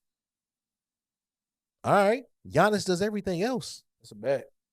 I'm cool with that. Same thing with Al Horford. I'm cool with that. It does suck that they lost Brook for the entire season. Who? Milwaukee. What you mean? He tore his ACL. Who? Brook Lopez. When? Bruh, Brook Lopez is not playing this year. He just played the other night. He played opening night. Are you sure? Yes, because I took him for 3 threes and he hit 2. No, bro. Having him. No, Steven Adams is out for the season. That's who I'm thinking. Yeah, Steven Adams is out for the season for Memphis. No, Brook is fine. That's what it is. Yeah, Steven Adams out for the season for Memphis. Yeah, Brook, I'm about to say, boy, don't you scare me like that. I love Brook Lopez. He's a great prop guy. Steven Adams. Big Adams tore his knee out. Big Adams had to get surgery, bro.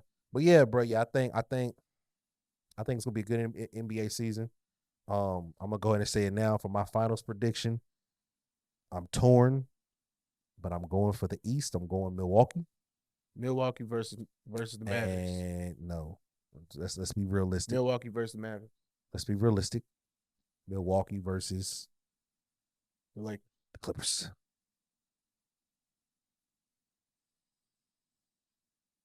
I don't even want to know, bro. I don't even want to know. A On to the next. healthy Clippers can win it all. The only issue over the years is that they have not been healthy. A healthy Clippers can win. Ain't even so much about But- health, bro. I think their biggest issue is the fact that they star player just chooses when he wants to and doesn't been want to hurt. play. But if it's not gonna be the Clippers, I'm going with the Warriors. What do you think about Wembanyama? Wembanyama. Is he him? I think it's Is he looking like if he can stay healthy. I think he will. I mean, he's gonna everybody's gonna get little nicks and knickknacks and little injuries. I mean, it's basketball, it's whatever. Like, but I think overall, I think once he does get bullied, because he will get bullied when he goes up against the Giannis's and when he goes up against the Jokic's, and you know what I'm saying, like he's gonna get bullied. Like, I think that's gonna encourage him. Like, okay, I got this skill, I got this talent. Let me put on some weight. Like, let me, you know what I'm saying, like let me get used to moving around and using certain angles, and I think he does do a good job using angles and using his athleticism, using his arms, using his height, using his length. But I think once he does start to get like bully, he's gonna put on that weight.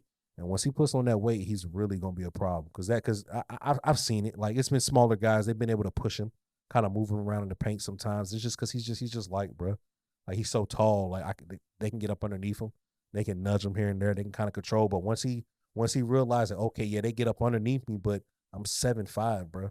Like, I don't have to be stronger than you. I just have to be bigger than you. And he just makes me nervous, just at how tall and lanky he is. Yeah, but he has zero. Yeah, but so did Porzingis. When Porzingis came in, bro, moving like that. No, sir. Porzingis was never moving like that. Porzingis was good, and Porzingis was 7'3". This nigga Wemby moves like, nigga, he don't move like he's 7'5". Bro, Porzingis was punching on everybody his first like 4 or 5 years in the league. He was shooting over people. He was also still shooting over people. Bro, he was also coming out of nowhere, bro, with putbacks, coming out of nowhere with lobs and stuff. I'm not talking about you being. Hey, he could take people off the dribble. What are you talking about? No, not like this. This is different, bro. Like, this is different, bro. Like, no. I feel you. I fuck with Porzingis. I got my player I call Zingus for a reason. Like, I got a Porzingis build. Like, I fuck with Porzy, bro. He ain't this, bro. He like Wemby pushes the ball. Porzingis ain't never get that bitch and I'm pushing it full court. Wemby getting that bitch tween, step back three, one-legged. You practice that? Yes, he does. Like, yeah, bro. Like, it's completely like I'm. Porzingis was great. I think Porzingis is gonna look great in Boston. I think he's gonna do his thing. I like the combination of him being in Boston and what they have. But Wemby, bruh, you know how I know Wemby's good, bruh? You know how you can tell Wemby's gonna be that dude? Because his teammates are hating on him, bruh. The same thing when Bron got to Cleveland and they asked LeBron's teammates like Ricky Davis and Drew and those guys, they're like, so how are you guys gonna, integrate the rookie LeBron, this and that? And they were like, man, he's a rookie. Like, what you mean? He gotta come in, he gotta earn his stripes. They was hating on Bron, bro. And Bron from day one, even though I'm not a fan of that nigga, was like that. That being a fan is crazy. I got a long list. We're gonna talk about lists, but I got a list where I'm not a fan of this nigga. But what I'm saying is his teammates were hating on him too. Same shit with Wemby, bro. I'm watching some of these games, bro. Wemby coming up the court, wide open, they looking him off. Come on, Shohan, you fake ass Dennis Rodman, like, pass the ball, bro. Keldon Johnson, you cool, nigga, pass the ball. Devin Vessel, nigga, you cool, nigga, pass the ball. Like, he's 7'5". Like, bro, I don't know what y'all think, but there should not be a possession when y'all are on the floor and that nigga does not touch the ball, bro. Yeah. If he's on the court, he should touch the ball every single time. Like, treat him like how Denver treats Jokic. They come up here go Jokic. Well, Jokic either gonna give us the ball back, he gonna score. Like, but give Wemby the ball, bro. It's no reason why it's too many possessions. I've watched 2 Spur games because they've been on TV twice. Well, they've been on TV, and then they was on TV the other night. They went on nationally, but I watched some of that game against Houston. They coming up the court, bro. He's not touching the ball, bro. For what? And I get it. It's Spurs bad. No, but y'all niggas are chucking. Y'all scoring. Give him the ball, bro. Yeah. I give him the ball because when he touches the ball, things are gonna happen. Number one, things are gonna happen because teams are gonna collapse because he's 7'5". Yeah. Good things are gonna happen, bro. But I'm watching his own teammates hate on him, bro. He's gonna do his thing. He's gonna regardless. do his thing. I just worry about his health and can he stay healthy, and then if he does get hurt, which I feel like his injury is only a matter of time. It's not so much if he gets hurt, it's when he gets hurt. Well, it's gonna be the magnitude. Because the injury is like, to me, it's inevitable. It's gonna happen. It's gonna be the magnitude. It's gonna pick up this long season, he's playing twice as many games as he would if he was overseas. But the way that he trains, because I've seen him. He trains. So listen. So guys can train to get stronger. Guys can train to get stronger. Guys can train to get faster. Guys can train to become better. A lot of his training is preventative. So they understand that this is a bigger frame. So we can't just say, all right, when we go warm up for 5-10 minutes and go. Bro, I know it's all preventative training, bro, but still, like, you got to think, bro, the NBA is very, very physical. It's not that physical. His position is fucking physical. Well, if you want to be honest, bro, overseas is a lot more physical. Bro, yeah, but you're 7'5". The tallest player overseas is probably like 6'11", bro. Listen, so like, but he's not playing the 5. He's not playing the 5. It doesn't matter what he's playing, bro. Like, eventually he's gonna have to guard. He's gonna have to guard somebody his size or better. Like, he's in the NBA. No, I understand that, but he's not playing the 5, so he's not really in the paint. He's not banging. He's not banging. That's why a lot of the blocks that he gets, they're on perimeter. He's blocking jump shots. He's not really at the rim. Like, he might catch a nigga here or there, but a lot of his blocks he's on the perimeter because he's really, if you look at the Spurs lineup, he's really playing the 3. He's not even playing the 4. They really got him playing the 3. As far as the lineups, how they have him moving around because he's agile. I'm not going to sit here and act like I know exactly what position he's playing. All I'm saying is, bro, it's a very physical league. No, I'm not. And if he is playing the perimeter, then that's even more scarier because if he fucks around, gets put on skates, bro, out there, that's how. But that's the thing, though. He gets put on skates trying to guard somebody. No, but that's the thing, though. He's 7'5". He doesn't have. I don't have to stay in front of you. I just have to be a deterrent, bro. Like, you have to shoot over me, bro. You have to shoot over me, and just based off what we've seen, we heat me up for real, bro. Like, listen, I'm about to heat up on you. First off, we can go off when he plays your weak ass Mavericks, and we can go off when he played Houston last. That's night. what I'm saying, bro. So like, if he's trying to guard somebody like Kyrie Irving, he blocked his shot, yeah, but Kyrie wasn't trying to go around him neither because he couldn't. Yes, he could. Kyrie could get around whoever the fuck he wants to get around. I'm trying to tell. Did you watch the game? Bruh, yes, but he can go around him if he wants to. Did you watch the game? There's never been anybody to stand in front of Kyrie Irving and keep Kyrie Irving where they want Kyrie Irving to be. I'm not saying that, There's nobody who can do it, bro, and that's what I'm saying. Bruh. Like, you really heat me up right now because you making Wemby sound as if like this nigga's just not. He's unguardable. No, I'm not. He's got the best defense in the NBA and everything, and it's like, bro, like inevitably, bro, he's gonna have to play against somebody who. Okay, if he is playing the 3, bro, he's gonna have to play somebody that's like. He's going to play a motherfucker that's like, nah, fuck that, bro. I'm not pulling up for nothing, nigga. I'm going to make this nigga work. I'm going to put my body on this nigga. I'm going to dribble this nigga up and everything, bro. Clear it out, bro. This nigga going to have to show me something. That's cool. And that's what I'm telling you. Like you're saying, like, bro, he doesn't have to guard and he just got to be a deterrent. That's not what I'm saying. And it's like, bro, like, yes, he is going to have to guard people. It's the NBA. But that's what you said. No, what I'm saying is this. You have to understand how they are going to play. Yes, teams, it doesn't matter how defensively they're going to play, bro. Offense is going to run their offense. But I'm also trying to put you on game, bro. It's about matchups, and it's about putting people in the right positions. Everybody on the floor is not put like this. You say there's Kyrie, right? Yeah, but we've There's only seen 2 games. only This one nigga's Kyrie. only played 2 games. No, listen. There's only one Kyrie Irving. So Everybody's gonna want they feel for this nigga. He's the number 1 draft pick. But guess they what? calling this nigga to be better. They're projecting him to not be better, but to surpass LeBron James because he's 7'5".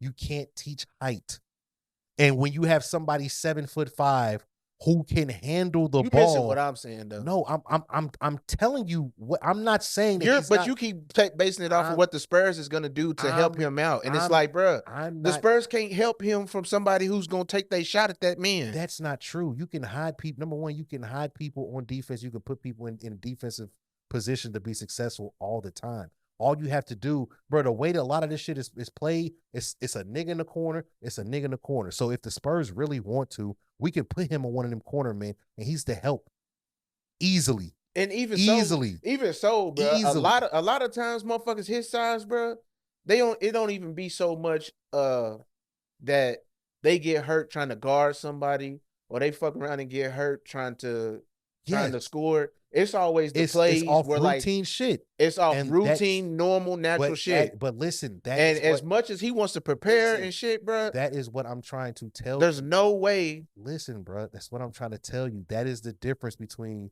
some of these guys. The reason why Porzingis was having a bunch of nagging injuries is because Porzingis wasn't necessarily taking the precautions to prevent said injuries.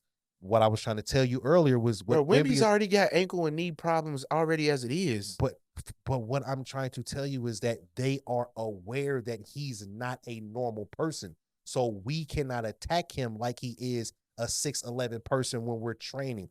We have to remember his frame is different. So he can't just wake up and come out here and start hooping after 10 minutes of warming up. No, his warm-ups are going to be 45 minutes to an hour. His whole entire body. But that's everybody in the NBA. No, it's not. Bro, LeBron. No, it's not. Bro, every great player in the NBA, bro, shows up and warms up, bro, hours before the game starts. I'm not talking about showing up early and getting up shots. I'm talking about literally stretching, mobilities, things like that, working on your shoulders. Bro, NBA players are doing that. No, they don't, bro. Yes, they do. No, bro. Bro, how many times have we watched, bro? We've seen, bro, whether it be the playoffs, bro. I'm not talking about an hour, maybe 2 hours before the game. I'm literally talking about, bro, he has to come out there, and I'm talking about if the game is at 7 p.m., he's at the facility by noon, starting his day, probably earlier, getting everything, because it's not just, I'm going to show, he has to stretch different. He has to warm up different because he's that big. Bro, I'm telling you, NBA players are doing that. No, they're not. Yes, they are. Bro, no, Eric, I'm being so serious. Bro, I'm being dead ass serious, Eric, bro. I'm telling you, be surprised how many of these niggas do not show up an hour. Bro, the great players are showing up early. It's a lot of great players that don't show up until tip off. That's a known fact. It's niggas that won't show up until it's a known fact. Yes, LeBron is the bar, but guess what? They showed LeBron show up early. They showed KD show up early. They showed Embiid show up early to games. Bro, hold on. They show all the great players show up early. No. Don't ever bring up Embiid again. I watched Embiid getting stretched out on the table eating a Big Mac. That's the difference. It's completely different. KD didn't start doing that till after he started having the Achilles on the injuries like that. What I'm saying is Wemby and them are aware he's not normal. We have to treat his body as if he is 7'5". So everything that we do, we have to do it differently. It's going to take him longer to get loose. It's going to take him longer. Which is my whole point, bro. This injury is inevitable. It's going to happen. I'm not saying that he is. And I'm not even trying to wish an injury on this man. All I'm saying is. I'm not saying he is or isn't going to get hurt, because injuries are part of the game. Whether if you work out to prevent, whether you work, whatever. It's guys who probably never, like Ocho Cinco said, bro, I never did XYZ. All I ate was McDonald's. I never had no surgery on nothing. And then it's guys who are workout warriors who had tons of surgery. That's just how it happens. Sometimes it happens. It's like that, bro. And that's all I'm trying to say. But you came through talking about injury prevention training and all this other stuff. So he's not going to get hurt. No, I never said he wasn't going to get hurt. What I said was they are aware he's not normal, so they are approaching him like he's not normal. So they understand we have to do this to put him in a position to win. We have to be aware and say, hey, you can't just go out there and start hooping. He has to warm up different. he has to do these Bro, I know individual that he's drills doing all these to do workouts these and different shit. things. He's been doing this shit since he started playing ball. It Because started overseas. He has to. Bro, and I get that. And I'm saying I understand that. But training, like his training, there's no way in hell that his body is ready to endure what it's going to endure 82 plus games, 82 plus said games this season. If the Spurs, because Euro games, bro, they only playing like half of that, which is like 50 to 60, playoffs included. That's fine.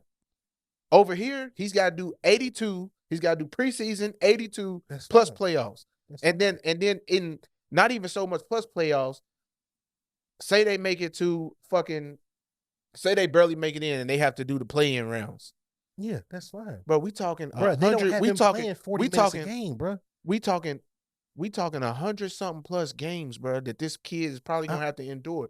Now, all this training and preventative talk, like, yeah, I get it. But and I knew all about it. Why do you think he's playing 40 minutes a game though?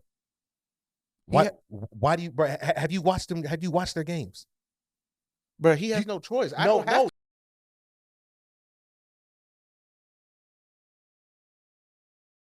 I told you. I sat here and said, him in pockets, bro. I haven't watched a full game of his. That's what I'm trying to tell you. They're playing him in pockets for a reason, because they're not just going to throw him out and say, "Go 1,000 miles, and you're going to play." No, they understand he's still a child. I never said that they were doing that to him. I'm telling what I've going back to what I initially said before we even got this far into it was, I think that he's a great player. It's all going to be up to his ability to stay healthy.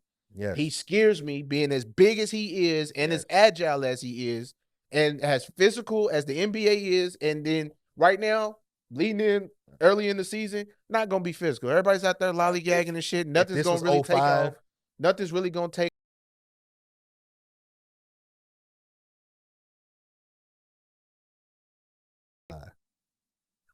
Bro, niggas are not that physical. Did you hear what I just said? Nothing's gonna get real physical for him until January. No, nothing's gonna get physical unless it's a time machine. It's not physical, bro. It's not a physical league, bro. Yeah, you got your Embiid. Yes, you have your Jokic.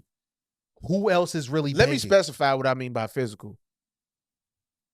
Everybody in this league is gonna want to take their shot at him, whether he has the ball in their hands, whether he's got the ball, whether somebody else has the ball. It doesn't matter. People are gonna bump him, nudge him, everything, bro. It's all gonna happen. Cool. And his small little frame, cool, even though he's 7'5", is only gonna be able to take so much of that. So it's like, bro, like eventually all that shit is going to. What do you think? An elbow's gonna take him out?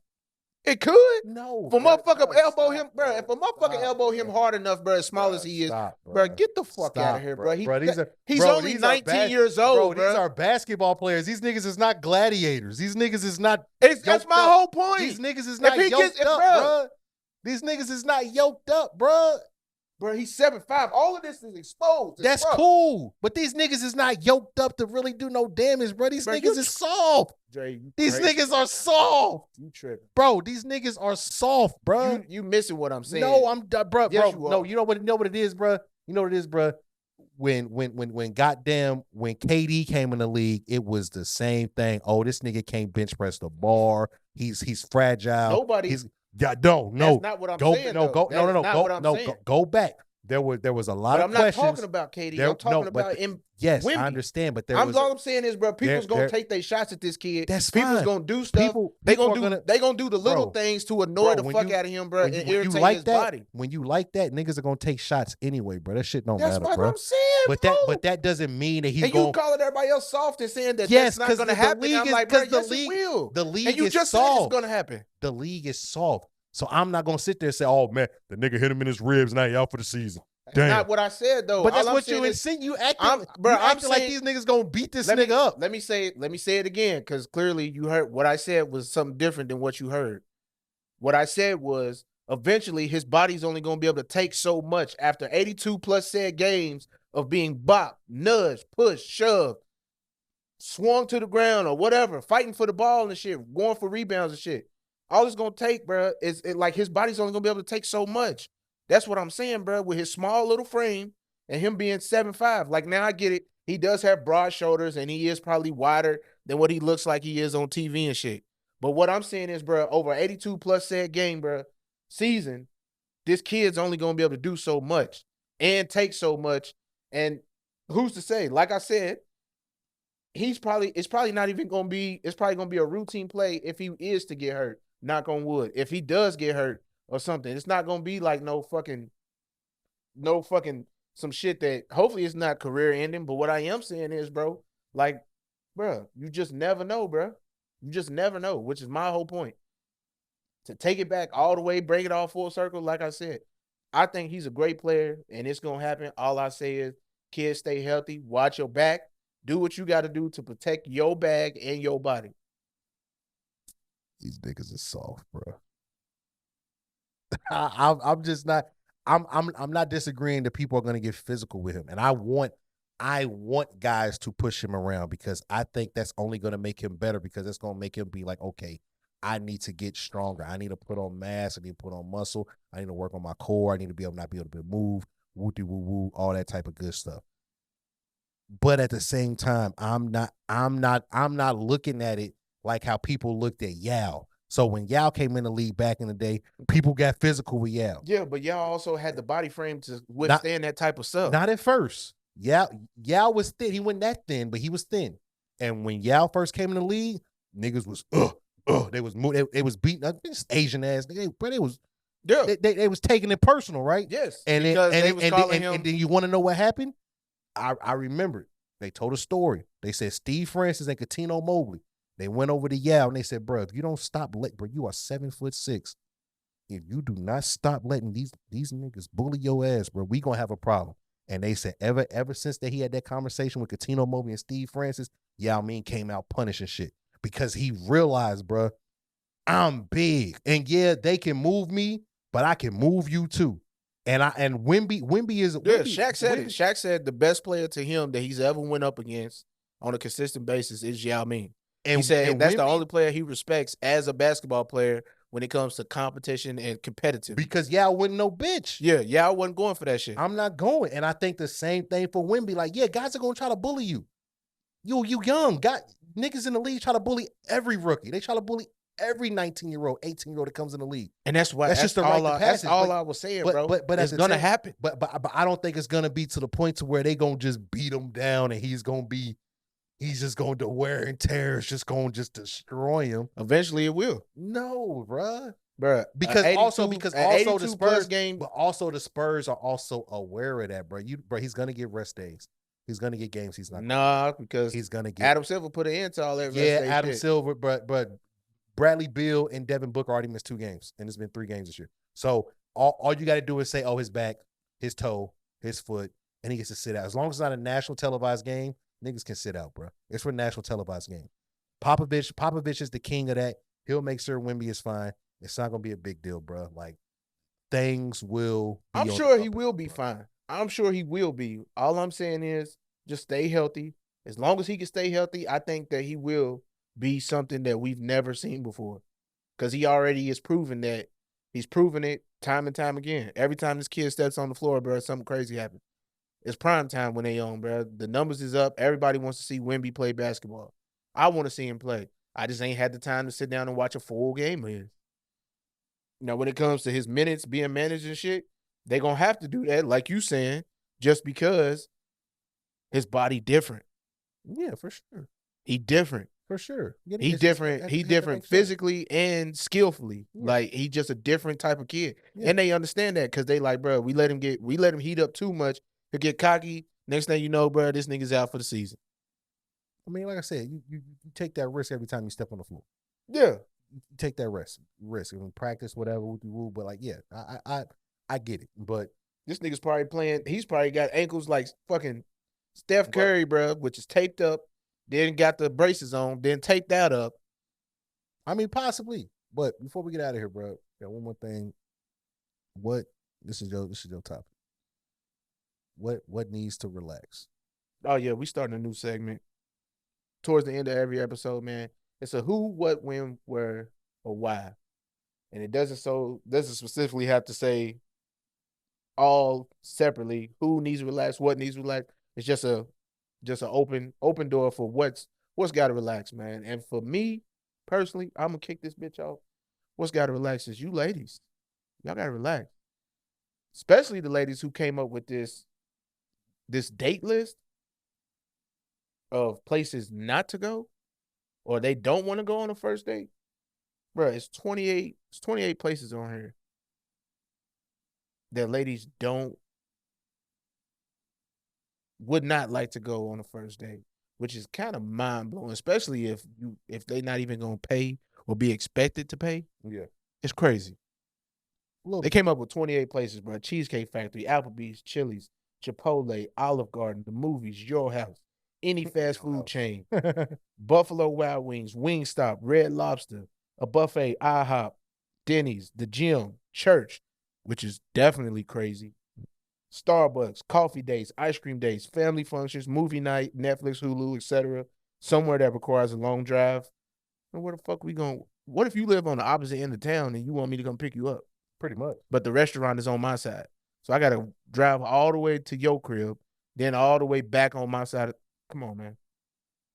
Bowling, nightclubs, hookah bar, a bar just for drinks, Waffle House, sporting events. Like what the fuck? Where the fuck are we supposed to go then? I mean, what are we supposed to do? Where are we supposed to take you? And who are you to say Red Lobster isn't a good first date place? Like Beyonce's got that shit in the song. And if Beyonce's willing to go to Red Lobster on a date, then like who the fuck are you to say don't take me to Red Lobster on a date? But matter of fact, Beyonce was talking about taking a nigga on a date. She said in the song, if he fucked me good, I'll take his ass to eat Red Lobster. But yet you don't want to go on a first date to Red Lobster. But you probably a Beyonce fan.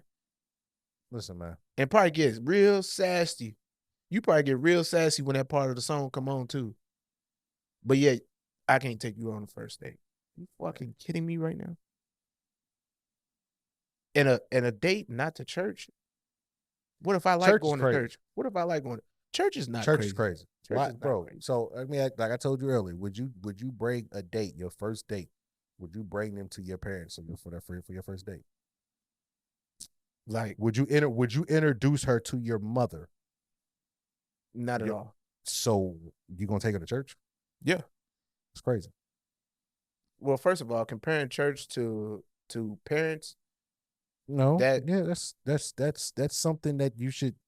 Church is something that if you go to church is something that you should view near and dear to your heart.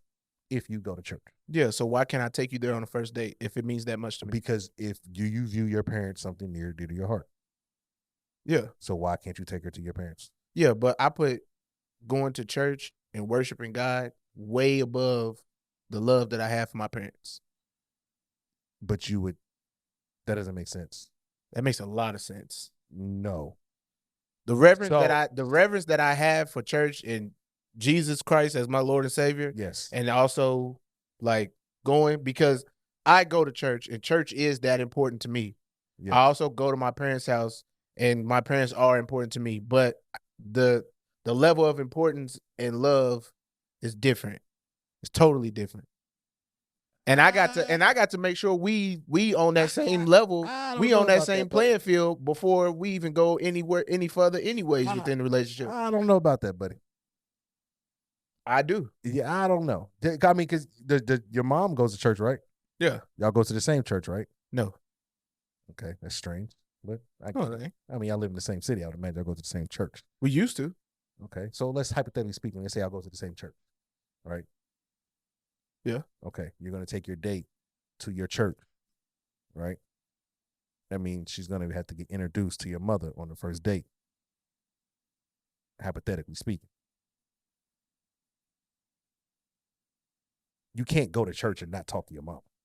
You definitely can. What is happening? I've gone to church and not even sit with my parents. I didn't say sit, but.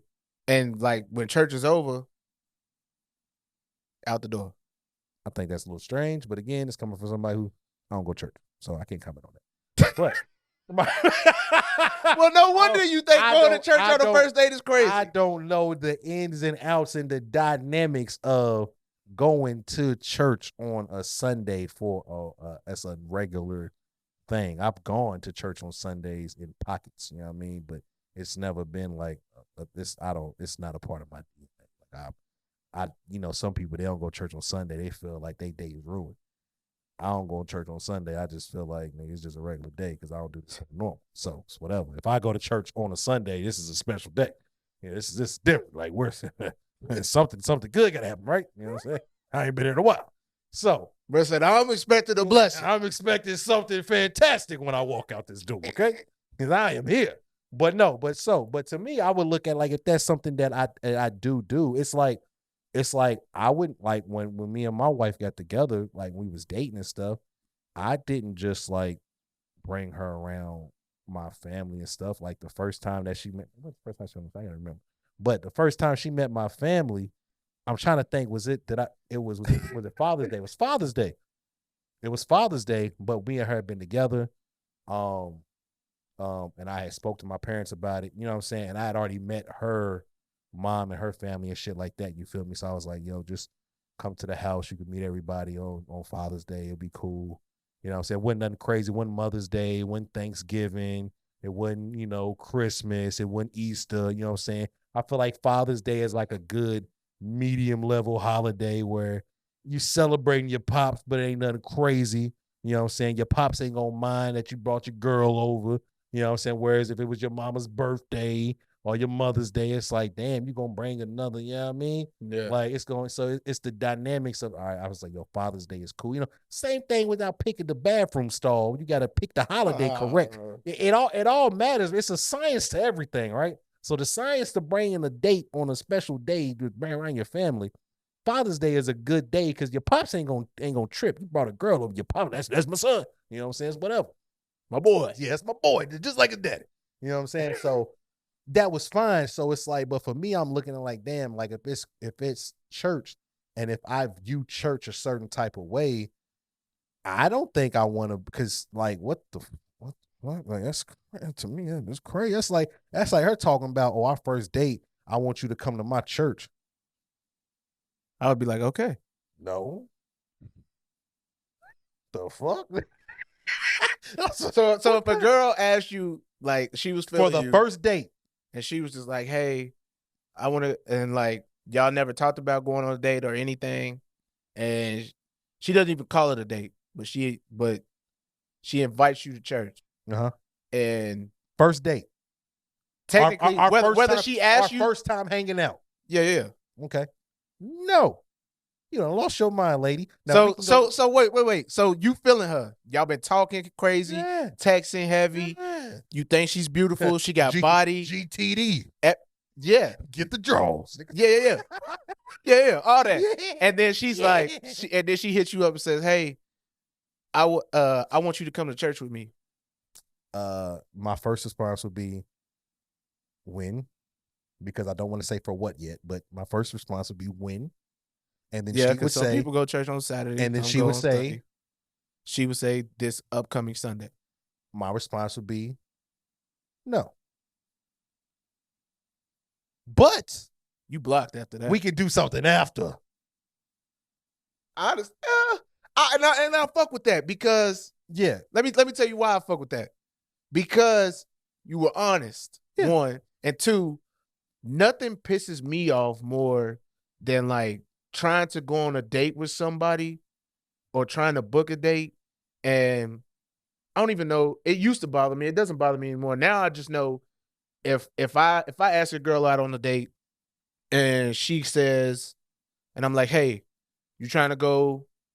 It ain't even got to be about the first date being a church anymore. But like, ask a girl on a date, hey, you wanna get together and do lunch Wednesday or something, and she texts back and says no. Mm-hmm. I automatically in my head perceive that as, oh, she's just really not interested in kicking it. If she just says no and nothing else, it's like, okay, she's really not feeling me like that. It is what it is. I may try again another week. Yeah. Hey, a couple weeks ago, I'm not gonna say this, but like, knowing consciously, all right, I asked her out like 2 weeks ago. It's a whole another time. Let me see her, ask her out again. She says no again. Okay, cool. She's not feeling me at all. Yeah.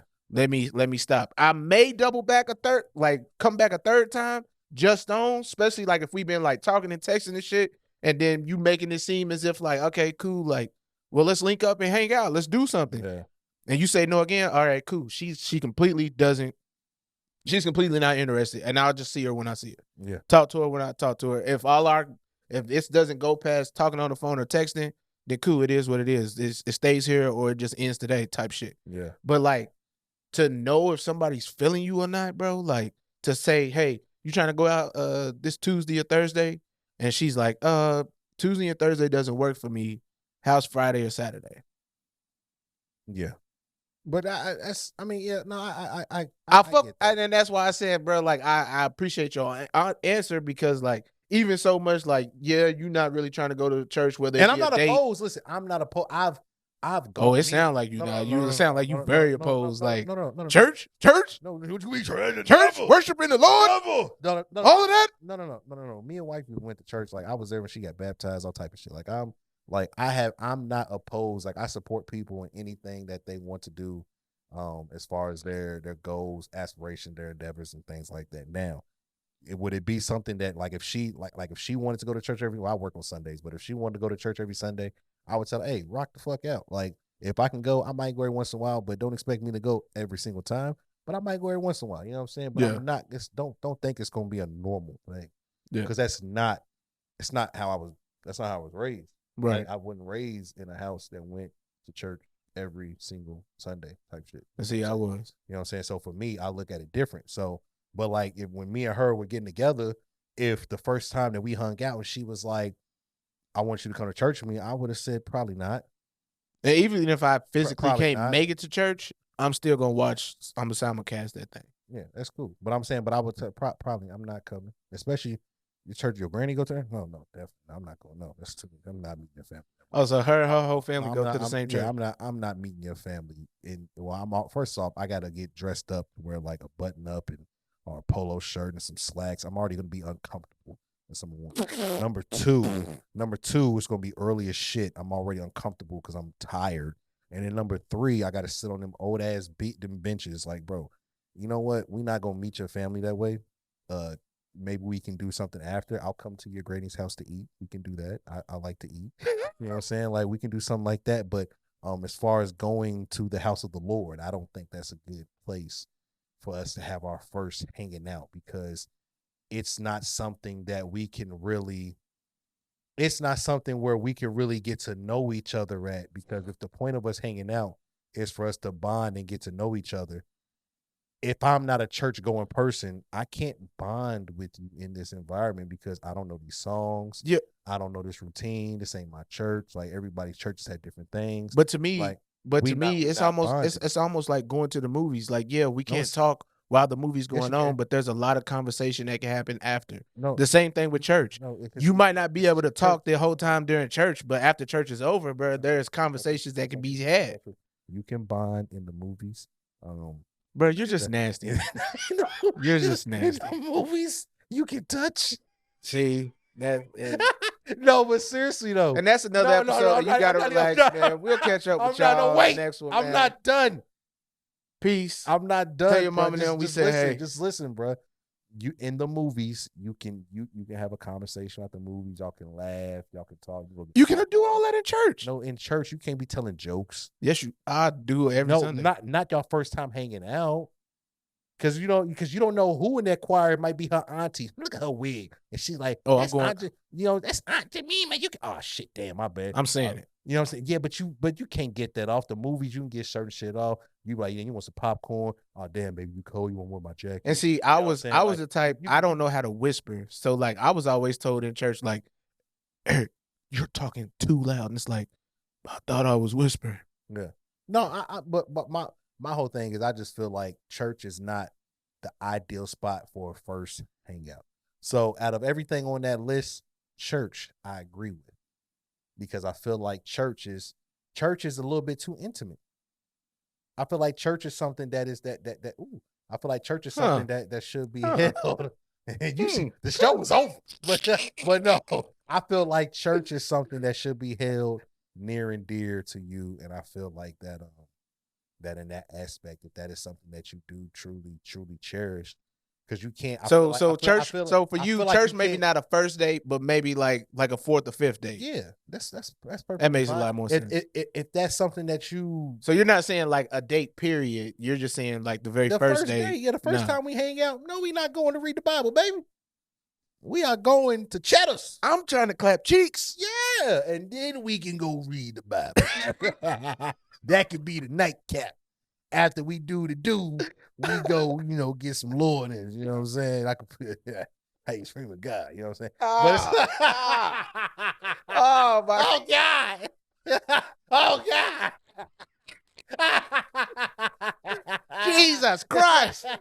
I did it again. Here he goes, man. But yeah, bro. Yeah, I guess we can end on that. But what needs to get relaxed is this list. This list is sick. This list is twisted. Look, y'all gonna fucking around, end up going to Wendy's. We gonna get a 4 for 4 or a biggie bag. Biggie bag. I got a hot. And better yet, fuck a big. We go Little Caesars. They don't update price. That shit $6.99. Little Caesars ain't hard. Little Let's do that. Let's come up with real quick before we get out of here. 10 places that are not. Well, they said any fast food chain. That's cool. First off, any fast food chain was listed on here. First off, Wingstop was on there, and to me, that is that's disrespectful because Wingstop is like. I think Red Lobster's disrespectful. I think Olive Garden's disrespectful. I think the Jersey Mike's. Shit, that's a $30 sandwich. You can't tell me. I think Cheesecake Factory's crazy. Olive Garden, Wingstop. Bro, I done took a joint to Qdoba. First of all, a bar just for drinks is crazy because like that is the ultimate like let's have a drink and have a conversation. Get to know each other. Yeah. So is a coffee date. Like let's get a. I don't drink coffee, but if a girl was like, "Hey, I enjoy coffee. Can we like? Would you mind accompanying me to boy, who am I right now talking like that? Ain't never had a girl say accompanying me to come anywhere. But like having like for a girl to be like, hey, I enjoy coffee. Do you want to come to a coffee spot with me and have a cup of coffee and talk or shit? I might not get a coffee. I may get a water, or if they have like something else. Yeah. Like if they do like smoothies or something like that, yeah, I might cop one of them. But like this list is just ridiculous, bro, and it's so unrealistic because it's just like it's almost goes to the whole point of like the yearly income that a female feels like every man should have, or like their ideal guy should have. Right. It's baffling too, bro, because it's like that yearly income is like upwards towards like 150 to $250,000, and it's like, first of all, in this relationship, it is going to be a we thing. It's not going to be an I or me. Yeah. It's a we thing. Yeah. So, like, if you're not making anywhere upwards from 100,000 to $250,000, how dare you request that out of another guy? Yeah. No, and who's to say that a guy, even if he is making that, he may look at you and be like, bitch, you only bringing in 90,000, anywhere between $45,000 to $90,000. That ain't enough for me. So, like, your ideal guy could be looking at you like, you fucking peasant. The whole time you looking for some other shit. And all I'm saying is, man, lower your standards. Our generation is fucked. Black love is alive and well. You just got to be willing to go out and find it. Stop putting money and titles and expectations on people. Get to know somebody for who they are. Love them unconditionally. Like, bro, like the love that our grandparents grew up with, it's still there. Our grandparents, our great-grandparents, it's all still there. But Instagram, social media's period have made it seem like it's impossible. And you're watching all these celebrities live extravagant lifestyles with other celebrities, and then you looking at your basic guy, and I don't say basic to mean like this nigga ain't shit, as if like he's not enough. And it's crazy. It's crazy. It really is. You're right, bro. Because whole time, yeah, you can have your standards and you can set them to whatever it is you want them to be. But all I'm saying is, ladies, make them fucking realistic. Bro. Like, don't be out here looking like a whole 4 and you out here requesting a 10. 4 for 4. Bro, you a 4 for 4. You a 4 in your bank account. You a 4 in person. You afford with your job. What's another one? I wouldn't even. You went. I was just saying that the 4 for 4 was like. Oh, but I like that term. A 4 for 4 was like as decent as quality. It's a fulfilling. Oh, I know what you were saying. Yeah, I wouldn't try to violate her bank account. Oh shit. Her stature as an industry. That's when you see you fucked up. Nah, I'm not fucked up. All I'm saying is don't put standards on me. That's what happens when we go too long. You go off the deep end. You was good. Hey, man. Good. And you started preaching, and then you. They go low. I'm going to hell. Fuck Jesus Christ, I'm out. I try not to though. I try not to. No, I'm not physically going to hell. I'm just saying, like, bro, you want to low blow me, bro? It's probably gonna be up there for you. But I'm trying to do better. I really am, man. But anyways, that's another episode of You Gotta Relax. Dre's back. Turn the camera off. Tell your mom and them we said what's up. And as always, peace.